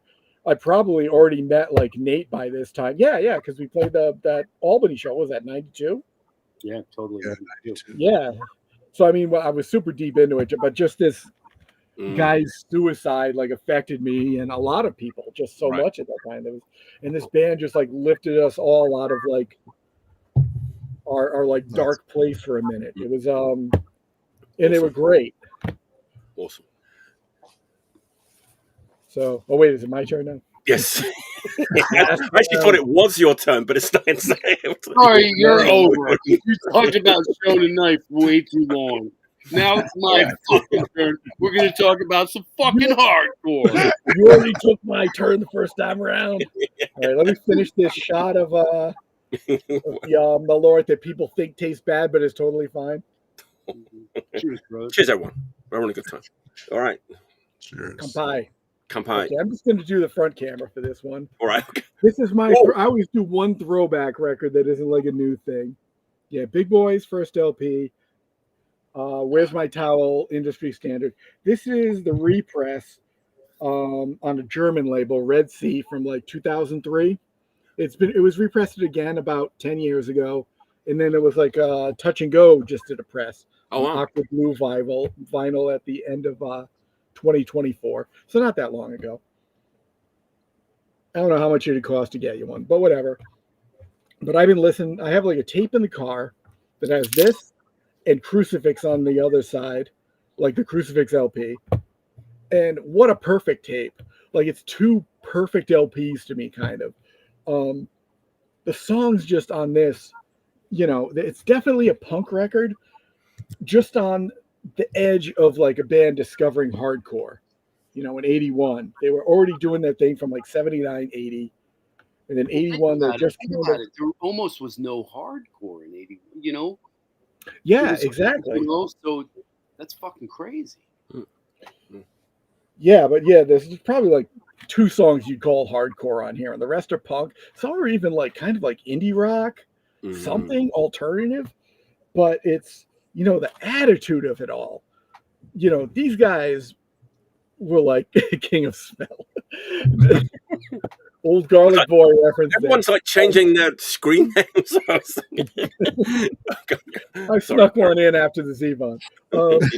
Yeah, this LP is so good. It's like the guitar playing is weird, the vocals are weird, but just like the attitude behind all of it. These guys fucking meant it. They weren't just like, here's a Discharge song or fucking whatever that, These guys were living it, obviously early gay, not transgender, but transvestite, I guess is what they call it, cross-dressing, which they're obviously pulling strings. Like even the topic of the songs, it's like they obviously come from like a bar band background where they're talking about like, oh, these bar owners just want to sell you these watered down drinks. They don't want you to dance and go crazy. It's like, it's coming from a different place than a lot of like punk was. Like it wasn't like an LA punk band who's talking about like fighting the cops or whatever. It was like they're kind of like talking about these, these clubs that like they don't understand punk. They just want to pull people in and sell them drinks. And we just want to have you guys to have a good time. But, the same thing that, talking about the manipulations of the industry, the music industry. And can you imagine? And can you imagine being in Texas? In Texas. Yeah. Fucking crazy. Yeah. I mean, and there think of all the crazy so many good bands in Texas. I know, but I'm just saying, like, they're from Texas. I mean, they're having to deal with all the shit that comes from Texas. Totally. It's like kind of the shittiest places a lot of times generate like a lot of good bands because of the situation there. Like Michigan. Have you ever been to Michigan? I mean, it's like there's so many great bands from Michigan, but it's like a part of the South almost. And then you have Detroit, which is after 68 riots, was just like a bombed out hall. And so many bleak kind of bands came out of there just playing this, the Motor City rock and roll, not to put Ted Nugent in the category of great bands from Detroit. He has a few, but he is. he's got a few good rock songs, but obviously he's a complete dickhead. But the bands I'm talking about. Yeah, but he was a great musician. Anyway. No, I mean, you want to talk about like a shitty place where a lot of bands come from? Ohio. Hello. Everybody I know from Ohio is awesome. There's tons of great bands from there, from way back in the day till now. That I think what's interesting is my take on it is that like things were so regional back then. Like Definitely, you really had like, and it's pre-internet. Like you just had like a band from New York, sounded like bands from New York, and then in Oregon, you had bands that were sounding like bands from fucking Portland. Same with San Francisco and LA and Chicago and Ohio. It's crazy how that was. Yeah. There was so few people involved and they were all friends, and it was just like they were influencing each other. Yeah. You didn't have that influence from the West Coast or the East Coast. Yeah, until Minor Threat, the guys from Minor Threat went to LA and then they came back with hardcore. Who knows what would have happened, I guess, right? And Husker Du going on their first tour when they were, I mean, you can hear it on their first 7-inch. They're kind of like a garage band. They're kind of doing a little bit of gothy rock. They come back from this tour where they like play with the Dead Kennedys, go down the West Coast. I can't remember who they play with this flash. They come back and they're like just like a thrash band because they just like Bob Mould, I guess, was like really the guy who like pushed this angle of the band. Was just right. We got to play this the most frantic hardcore we can or whatever. That's one good record. Is that what you think? Get out of here. That's fine talk. We got the biggest Husker Du fan in the world sat next to I know. Devon was like, of course he knows that. Ready to start crying too. I don't think he even believes what he's saying. He's doing it to rib me. All right, Nate Wilson, it falls upon your shoulders to last one. So, give us the last pick of the day. Okay, for some reason this one's just going by. This is another. So Earl Records, Buffalo, New York, fucking 92 death metal, this shit fucking rips. Anyway, so that's one of my all-time favorite records. Anyway, that record's great. That's great. Happy birthday, Mark McCoy. Today's his birthday. Oh shit. Wow. Is it? Yesterday was his birthday. In Arizona. He's in Arizona, so it's only fucking 9 o'clock. Yeah. 2 hours. Happy birthday, Mark McCoy. I just got a package from him. Oh, and I've been blasting. This is a Mangled State 12-inch. The packaging's fucking, of course, it's Mark, so everything, it just looks fucking spectacular. But this band is either from Texas or from Colorado. Sorry, I don't know. But one of those two places. But doesn't say on the back. Look at this fucking shit. Big fucking poster. Like this shit is like the shit that came with the Farts fucking LP. You know what I mean? Like, wow, it's a huge poster. Wow. Fucking humongous. Grass Records cover. Yeah. So anyway, I've listened to this quite a few times this week in this Mangled State. It's very power violence-y mixed with some Man is the Bastard, sludgy, just bass parts. It's really cool. Mark's got his own sound for what, he's putting out on Youth Attack. I think this is a little bit different, like I said, with the longer songs that have like just a lot of bass, no guitar. Very Man is the Bastardy, and a lot of it's for lack of a better word, power violence. It's fucking great,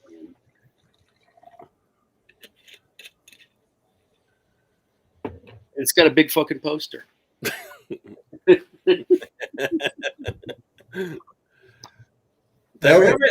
second Comes LP has a giant poster in it like that. What? Mine doesn't. Mine doesn't either. No. Mine doesn't either, dude. And I've got 2 of them. Speaking of metal albums that sound better now. Somebody just stuck some shit in your fucking record. It's the Dead Kennedys post. I feel bad. I'm just noticing all this activity in the chat that I didn't really see. It's been there the whole time, yeah. We've been talking, Yeah, I bring up, I bring up comments every now and again. Not all. Yeah, I didn't see it either. Oh, well. Fucking, I've been watching it. Matto's been talking about Lollapalooza, and oh, that was Matto. Hey, Matto.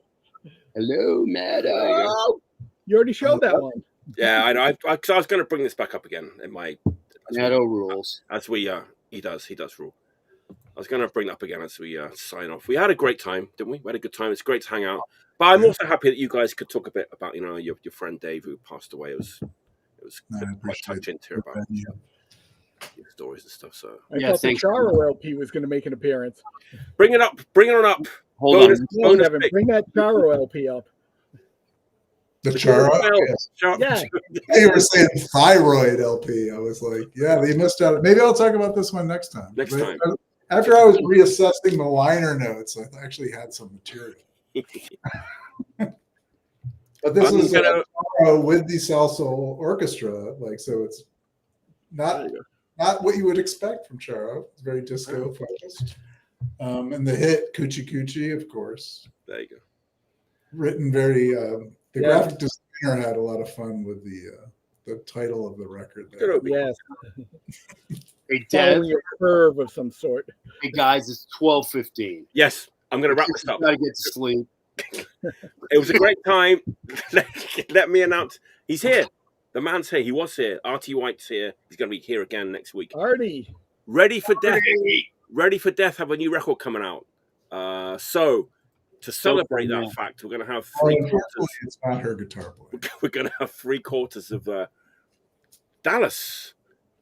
Didn't Dallas used to be an Arsehole Parade back in the day? No, different Dallas. Oh, really? Dallas Thomas? Oh, maybe Dallas right. crossed out. Yeah, that's what I would. Yeah, Dallas Thomas. I think Dallas Thomas was in Arsehole Parade. I think maybe. Okay. I didn't Google it. RT's going to be here and look at most of Ready for Death are going to be back on the show next week. It's going to be a fun show. Thanks for tuning in. It's been a great time.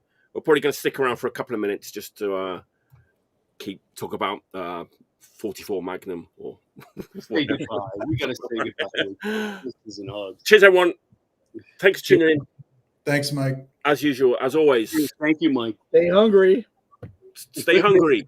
And stay clean.